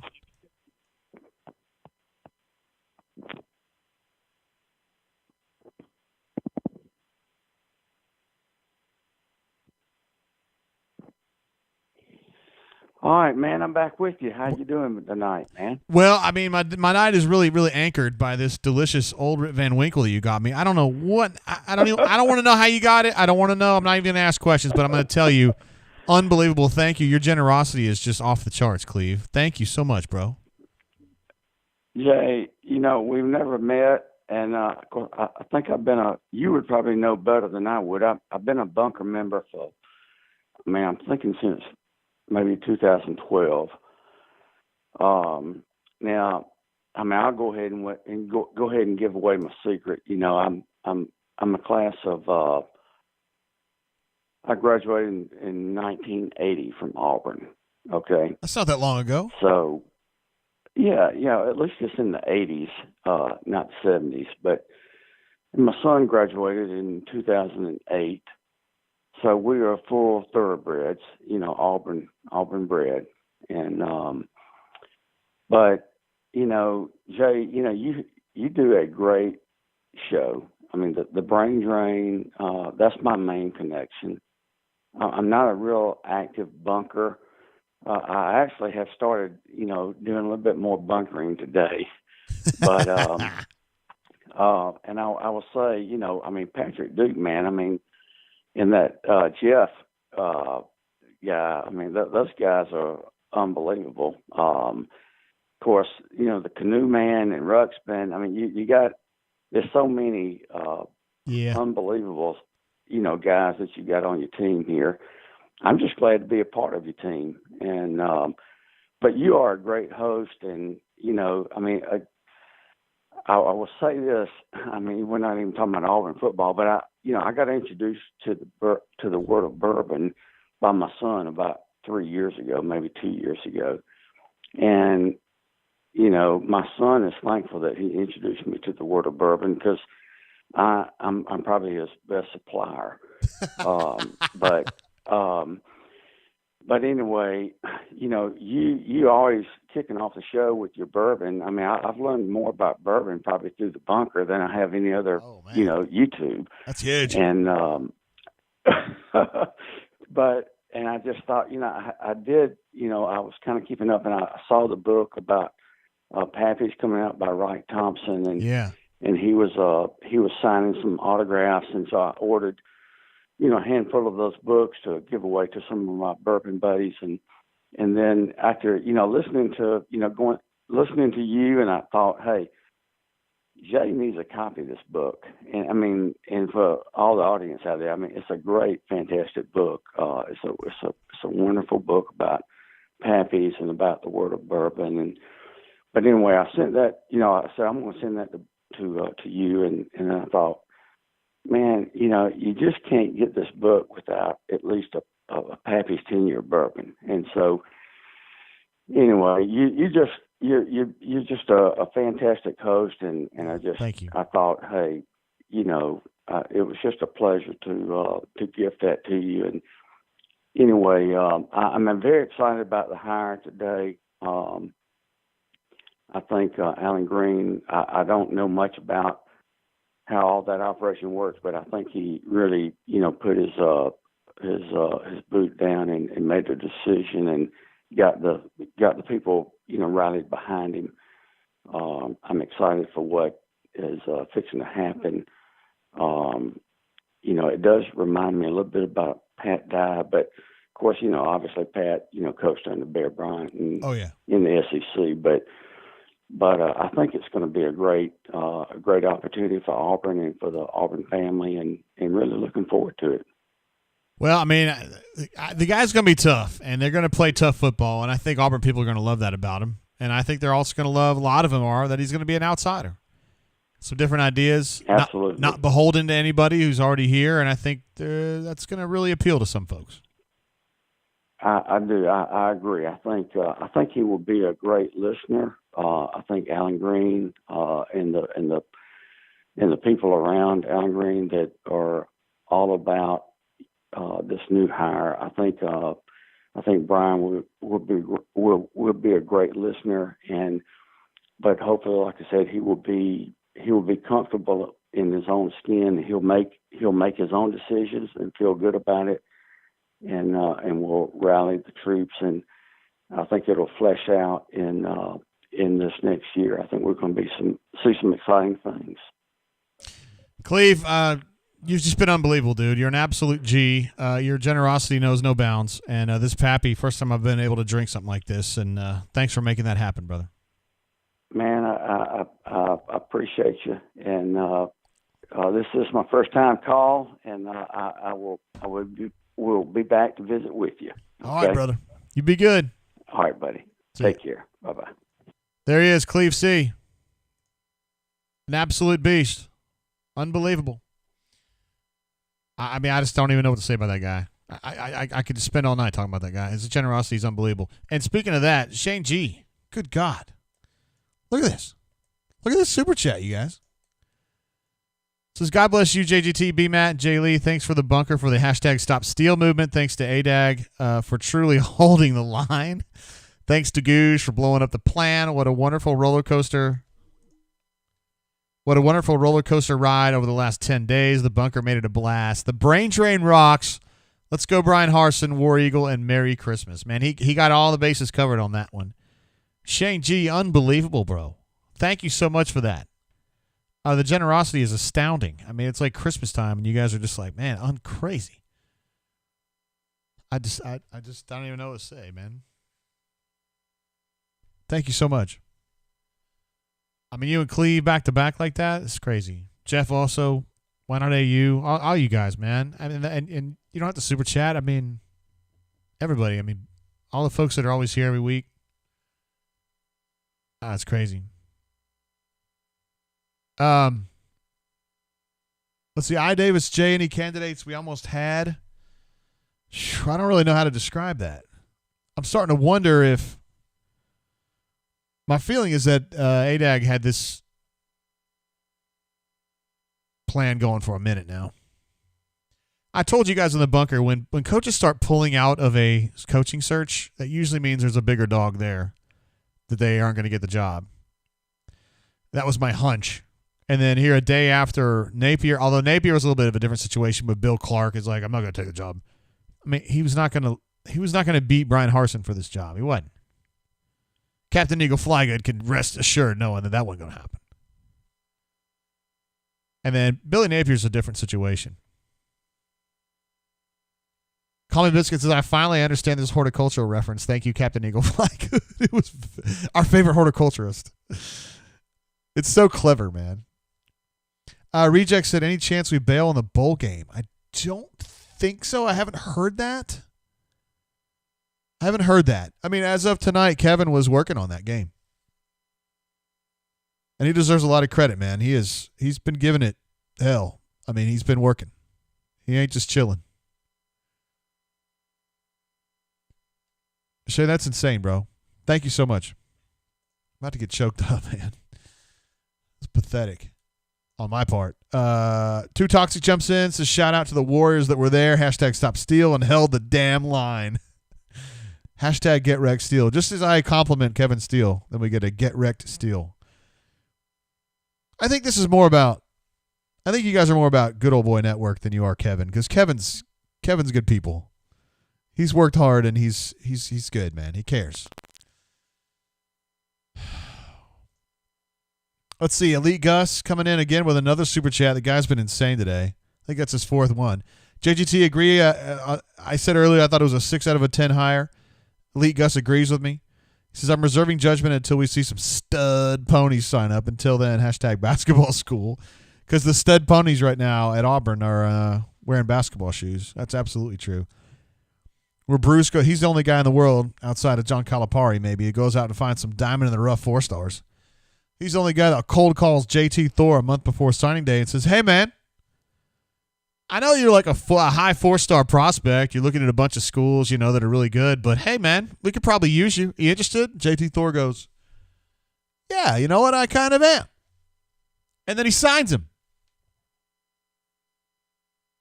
That's crazy.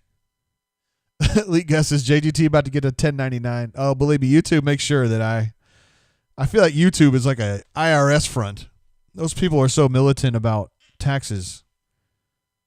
It shocks me. You're not getting anything by them. Claudel, you're hilarious, man. I hope you stay. I hope to see you in future chats, bro. You're making me laugh. You and Captain Eagle Flygood are killing me today.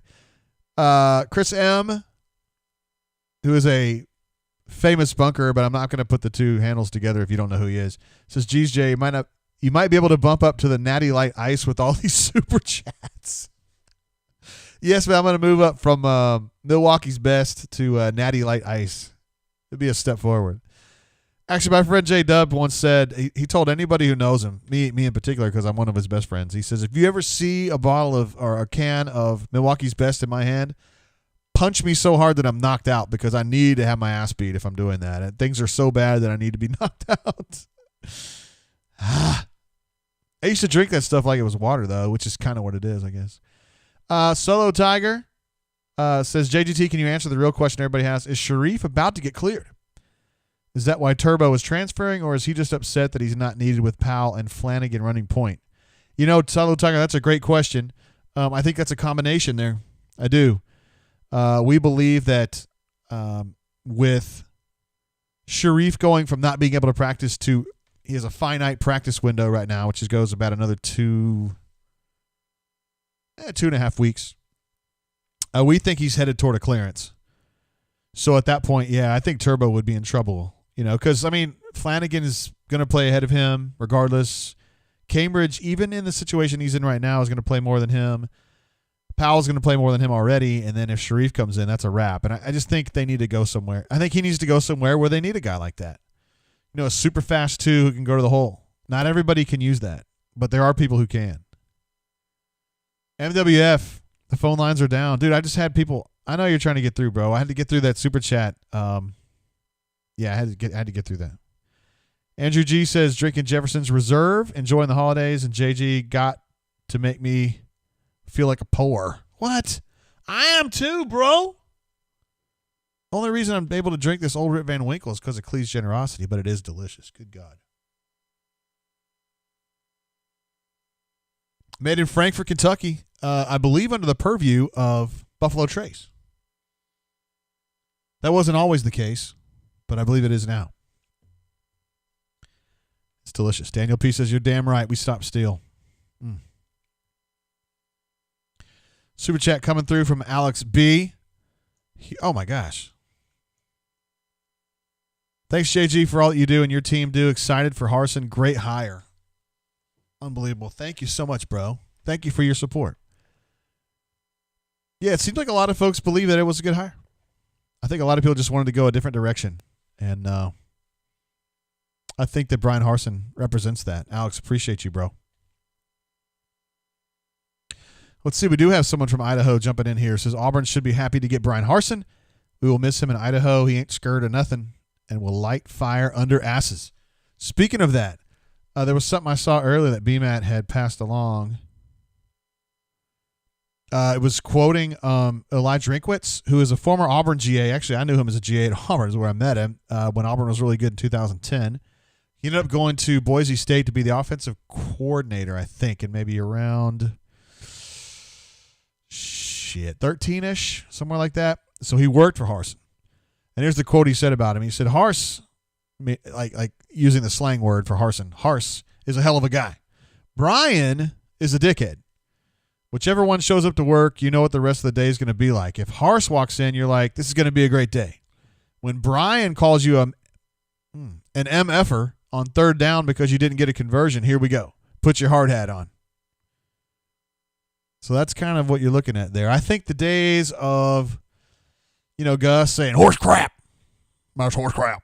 I'm thinking that Harsin's going to say some bad words, which probably is going to get the bunker fired up, man.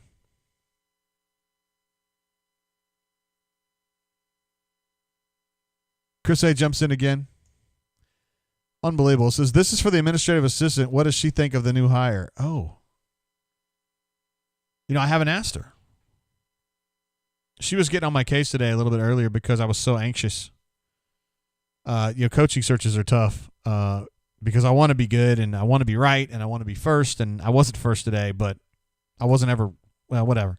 And I was just nervous and wanted to do well for you guys. And, I don't know, I just take pride in the work. And she's like, God, how are you doing, man? I was like, not doing good. And she's great because she's very absorbent. She knows, like, when there's a coaching search, it's go time. And she's cool about that. So I'll be sure and let her know, Chris. Appreciate you, bro. Let her know that she's got fans out there, too. Although I'm a fan, obviously. But let's see. Spread of taxes. Love you, Jay. Go to bed. You deserve tonight. I didn't do anything, bro. I didn't even break the story.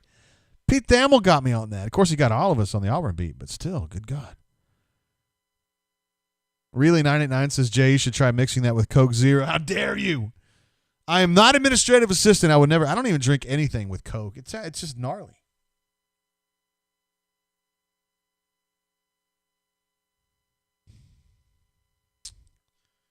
I was saying this about Michter's the other day, that it's really, really soft and gentle, but it's too soft and too gentle. It doesn't have enough pop. This takes to me like the good things about like a Michter's, and then it adds that pop all the way through. It's just such a solid, like, boom. It's good like that. Agonza says there's something special about absorbent women. If you're somebody like me that, gets a little anxious sometimes and a little edgy, it's probably good to have a girl that's like, doesn't get personally offended by it, which is exactly how administrative assistant is. She just lets it go. Fat Crack says, thanks, JGT, for everything. Also, as Jay Lee called in yet, would love to hear his thoughts as well. Jay Lee's on special assignment right now, but we will get him on the next time for sure. And he's working on some recruiting stuff too. I think the first player he had talked to was like, what? The Conor McGregor is like, who the fuck is that guy? I don't know who that is. We saw some of that when Shiz got hired too years ago. He was like, what? Cheese it? Who? What? But he ended up doing all right in recruiting. He was fine. MWO says it's past his bedtime and it's a school night. How dare you? Ruxman says, when do we hear from Bryan Harsin? So I was thinking it was going to be Thursday, but BMAT said he thought it might be tomorrow. So, and I would trust him on this. He pays more attention to something like that. So hopefully we'll hear something maybe tomorrow. We'll have a little Zoom, and I will get that up super, super fast as soon as I can. I'll be waiting on the server to kick that bad boy down, and we'll get it up as soon as possible. And I'm sure that BMAT will give you a full rundown when that's going on. I will ask some of the hard-hitting questions like, yeah, Coach, you guys won a lot of games at Boise. Can you win a lot of games here? I'll hang up and listen. Thanks. I'm just kidding. I wouldn't ask him that. I'm going to say, hey, Bryan, JG from the auburnsports.com, my message board, The Bunker, have decided that your wife is at minimum a 9 and maybe as high as a 9.75. Just talk about how you pulled her in and was she hotter, younger, or how do you think it's going now? You think she's getting hotter? That would be my question, I think. I don't know how you feel about how I asked that one. I mean, I've been doing this a while, of course. I don't know if you guys could even do that. Alan J says, thanks, JG. You do an awesome job. Ready for Coach Harsin. Appreciate you, Alan J. You're the man. We're getting so close to 300 thumbs up. It sure would be awesome to hit 300. That'd be badass. It's free. You don't have to do anything. Just hit that thumbs up. If you're enjoying the content, if you like my tie, if you like my frosted tips, which are not very frosty right now because I haven't had my hair colored in a while.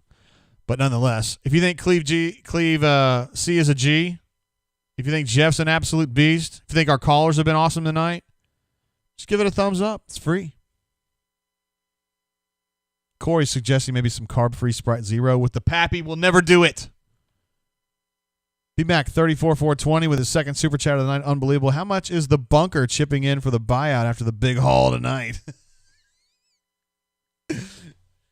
I think that money's better spent, with like maybe a welcome party for Bryan and his wife. I feel like that would be a better use of the money myself. Oh, we jumped up to 318 likes. Appreciate you guys. Love you guys for doing that. So maybe we can have a little welcome to the community bunker party. I'm sure everything will be fine. Nobody would get too drunk and act stupid, I promise you. In fact, we would actually nominate Ruxpin to be our sergeant at arms. And I think that would make sure there was no funny business going on. I think that'd actually be fun for reals. Maybe we could do that at the spring game. In fact, maybe that's what we ought to do. Spring game, we're all going to get vaccinated, of course. Not trying to make it political. I'm just saying we could do that. We'd have a little tailgate. Bunker tailgate, make sure Bryan, well, I don't know about Bryan, he'd probably be busy, but make sure his wife came and hung out. We could all kind of pass along, our well wishes and whatnot, and I think it would be a big hit. Ruxy Poo could be our sergeant at arms. Austin Majors jumps in with a second super chat of the night. Unbelievable. A lot of people wanted the home run higher, but you never know what's waiting out there in the weeds. I would have said wings, but weeds is fine. I'm excited. Well, yeah, it is Idaho. Let's stick with weeds. I'm excited and looking forward to the seasons to come. War Damn Eagle and Auburn always. Once again, thanks, JG. No, thanks you, bro. Thanks to you, Austin. Appreciate you. You're the man. Very much appreciated. Matt B wants to know, are you going to knock that entire bottle out tonight, bro? Hell no, man. I've been sipping on this. Administrative assistant wanted to pull earlier, and she got one, and then she choked, and I was like, what? She said, oh, I just burped, that's all. She drinks a good amount of bourbon, too. And she can definitely take a straight shot like that. She can handle that. Let's see. Cleve says, JGT, I'll be opening up a bottle of Pappy's with my son when he and his family get here in Macon, Georgia, this Saturday. Maybe I could be like that guy. Remember those Bud Light commercials back in the day where he was like, are you at the Lee party? He said, yes, I am. He would just crash parties so he'd get the Bud Light. That could be like me. Be like, yeah, man, my name is J.C. Mm-hmm. Yeah, everybody knows me like that. Yeah, of course. We go way back, me and Cleve. Ruxy Poo seems like he's amenable to the Sergeant at Arms designation, so I think it'd be perfect. I think he'd be great at it, actually. You could be like our intermediary.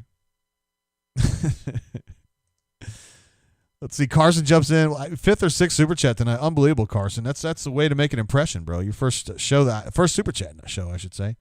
Elijah Drinkwitz worked for Harsin and said he could be a real dickhead, LOL. Yeah, it sounds like it. Sounds like it. That's probably good. Bunker's happy, man. They want to hear some cussing. They used to love Boom when he would do that. Fried Rice says, take a shot for good luck. Daniel P says, anyone want to send me a bottle of Pappy? Call Me Biscuit says, what the hell am I getting my wife for Christmas? Coaching search set me back a few weeks of thinking. So, just in case you're wondering, my gift to the, Santa, of course, for the administrative assistant was some AirPod Pros. I was able to snatch on Cyber Monday, and they came in like a week ago. I was sweating that one out, believe me. But they did get in, and she's going to be fired up to get those. She mentioned it in passing one time because she's been doing a lot more walking lately, and she's like, I don't like these wired headphones. It's kind of bullshit. And I was like, they make these things called iPad Pro. She's not a technology person. And she's like, oh, that sounds cool. And so I got him. So we'll see if that works out. Cleve says, I was pretty sure your administrative assistant was your wife. She is indeed. Looks like Brad E is breaking out the Blantons for Harsin. Whoa, buddy. Yeah, it is that kind of night, isn't it? Might as well. Blake T says, can we get a blue field now? Somebody had made a Photoshop earlier of an orange field with like the cool little center stripe in the middle. That was pretty badass. That's pretty sweet. This is great. Fat Crack says he's bouncing. Good night, peeps. Get some rest, JGT. Peace and Merry Christmas. I think I am going to sleep better tonight than I have in a while. Seriously, I haven't been sleeping great. I just want to do I want to do a good work for y'all, you know. Hornatius jumps in again. He's been super chatting all night like an absolute fool. The guy's a badass. I hope administrative assistant isn't hired to recruit for Auburn. She has a terrible track record. What? Did I say iPod, bro? No, AirPods. AirPod Pros. Yeah, sorry, my bad.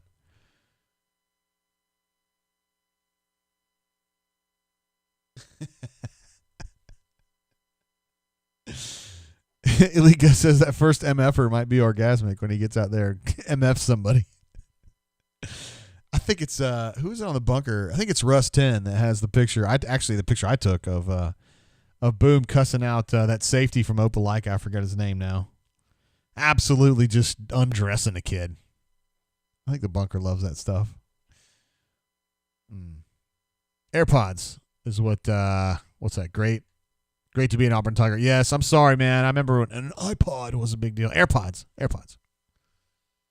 I'm probably gonna wrap it up there though, for reals. Administrative assistants give me the wrap it up sign. All right, I'm probably going to wrap it up there, though, for real. But I want to give a big shout-out to a bunch of people here. I mean, seriously, you got to hang with me on this because it's been absolutely insane tonight. Our callers, Jayhead, Brian Matthews, why not AU? Why not AU, man, just to hear him excited and, like, fired up finally after being disappointed football-wise for a long time was awesome. Auburn alumni with his usual, he's like a smorgasbord of information. He keeps it real, and it's right there for you. D. Lucky saying that he's all in until he's all out. At least he's real about it. Buckshot thinks that Harsin's a good technical coach. He's seen him play a lot on TV and thinks that guy's going to make a lot of great adjustments. He's going to be a really smart coach. You don't have to worry about a bunch of 17 runs at the middle. MWD feeling better, likes the hire. Likes the idea that he's from the outside a little bit. Cleve C. I mean, I don't know what you have to say about Cleve C. The guy's an absolute beast. And generous as can be. Unbelievable. Yeah. Our super chatters tonight, so numerous. Unbelievable. Pocket watch before we even got on the air. Which he likes to do. He likes to sneak them in early. Brad Easter will be like, call him E. Stu Pup, as usual, keeping the streak alive. Unbelievable. Warek, SSim008, Crocosile, Dustin W. had a bunch today. Adam Smith, who infiltrated the University of Oregon trustees call. Nick S., my main man. Elite Gus was absolutely a maniac tonight. Unbelievable. Hornatius had like 6 chats. Unbelievable, including the other Horn brother who jumped in earlier, Brandon. Vernon Speaks. You got to check him out on YouTube. He does good stuff. Renaissance Man. Corey W., my main man from Cuckoos. Bryce G. Cleve, who has no right. Super chatting tonight after all the things he's done for us, for me. Appreciate you, bro. Carson jumped in. He was insane tonight. Golly. Cody D. asking about my view of the truth. We're going to do one, and we may not have one for years. I better make it a good one. Nacho Hombre, Viper. Derek W., Blackhawk Driver, Josh C., John Carolina, BP Rockman was insane tonight early. God bless. Michael, Patrick D., Ravine, absolute badass. Ravine, thank you, man. AU Taxman, another crazy mad lad. BV, Spread Attack. Jeff C. he just came in, dropped a 500 and bounced. I mean, what an unbelievable dude. That's 2 in a row for him, and just crazy. Thank you so much. MW Deve drops a huge super chat and calls in. I mean, I don't know what more you want from him. Mike CB22 offering the taco truck and the bleaching. I don't know. The Spotter, my main man, Bo Benton. Cleveland Brown, Bob Maplahorpe had a bunch of super chats tonight. Thank you, bro. Tyler M, Brock P, Mark Smith. God, Sam H, who's with us all the time. Jared M, our friend from Boise. MWF. We weren't able to get him on the line tonight, but he's still a badass. Our man in Northeast Oklahoma. Chris K, JR, my main man, JR. Dude, Jay Roberson, my man. Ben T, golly, Sparrow Empire, Corey Clark, Fat Crack called in as well. Stoked to get Fat Crack on the horn. Loved the fact that Auburn was thinking outside the box. Josh C., Ryan S. again, Jason Long, Bourbon Bowl, TS. Golly, Caddy Wumpus, Cliff C., Brett D. had back-to-backs. Crazy. Ruxy Poo. Chris K. again, my gosh. BMAC 34-420 had a double shot here late. Unbelievable. Michael had a double shot there. Jay Smith 5187. Mamba Doodad, our main man in Indiana. Actually, he's got all of Indiana and Illinois locked up. Austin M. jumps in late. J&A Films, one of our friends from Idaho. Michael T. D. Lucky. Good golly. Brock P. Shane drops a 5. Oh, my God. Shane is unbelievable, dude. You about made me cry. Too Toxic. Alex B. Chris A. Thinking about the administrative assistant. A little love there. Let's see. Carson. Hornatius and Elite Gus here late. What a show, man. Absolutely insane. I want to wish all you guys a Merry Christmas and Happy Holidays. I don't know that we'll see you again before the 1st. I mean, we got a game on the 1st, obviously, or we think we do, but and then we've got that game, a basketball game against Arkansas, which is going to be a humdinger. They're good, man. Arkansas is going to be one of the big stories this year because they're going to be taking a big step forward. Eric Musselman's a hell of a coach, and they've got good players. B-Rad says, will Harsin coach the game? No, I think it's, if they play it, and I think they will, it's going to be the existing staff. It's going to be Kevin and those guys. So, yeah, that's what I think is going to happen there. For show. So I will see you guys. We'll keep it up. If we're going to do a show, I'll be sure to give you guys plenty of notice about that. We still have stuff we got to talk about. We got basketball season coming up, which we got to hit a bunch of. And if they get Sharif back, you're going to have to wait 3 or 4 games just for him to get up to speed. But I think the team's ceiling moves up a little bit, and you just want to see what they can do against some of these teams and see if they can pick off enough to just kind of finish. I think for me, SEC season, you're looking for 500. That would be the fight this year. I think the SEC, the top of the SEC is pretty good, which does not include Kentucky at this point. So, anyway. Appreciate you guys, and I'll keep you guys up to date. Let's see. Cody wants to know, give us a boom arm gesture to sign off. Oh, there's no doubt. Let's see what he would do the boom, or he would do that. What was it that Bo would do this, and then he did kind of like a half-ass like. I asked him about it, and he was like, well, I'd already done my celebration, so that was like a second celebration. Brad H. wants to know who he brings in an offensive coordinator. We think it's going to be either the guy at Minnesota or the guy at Missouri. All right, guys, crazy show. You guys are the best. Check you guys out at auburnsports.com. If you're not a member, you should be. We do brain drains about once a week, although this is our second one this week, but we had a lot going on. So we'll check you guys a little bit later. Merry Christmas. Y'all be safe out there. Appreciate all you guys. Love all you guys. Let's do it. Peace.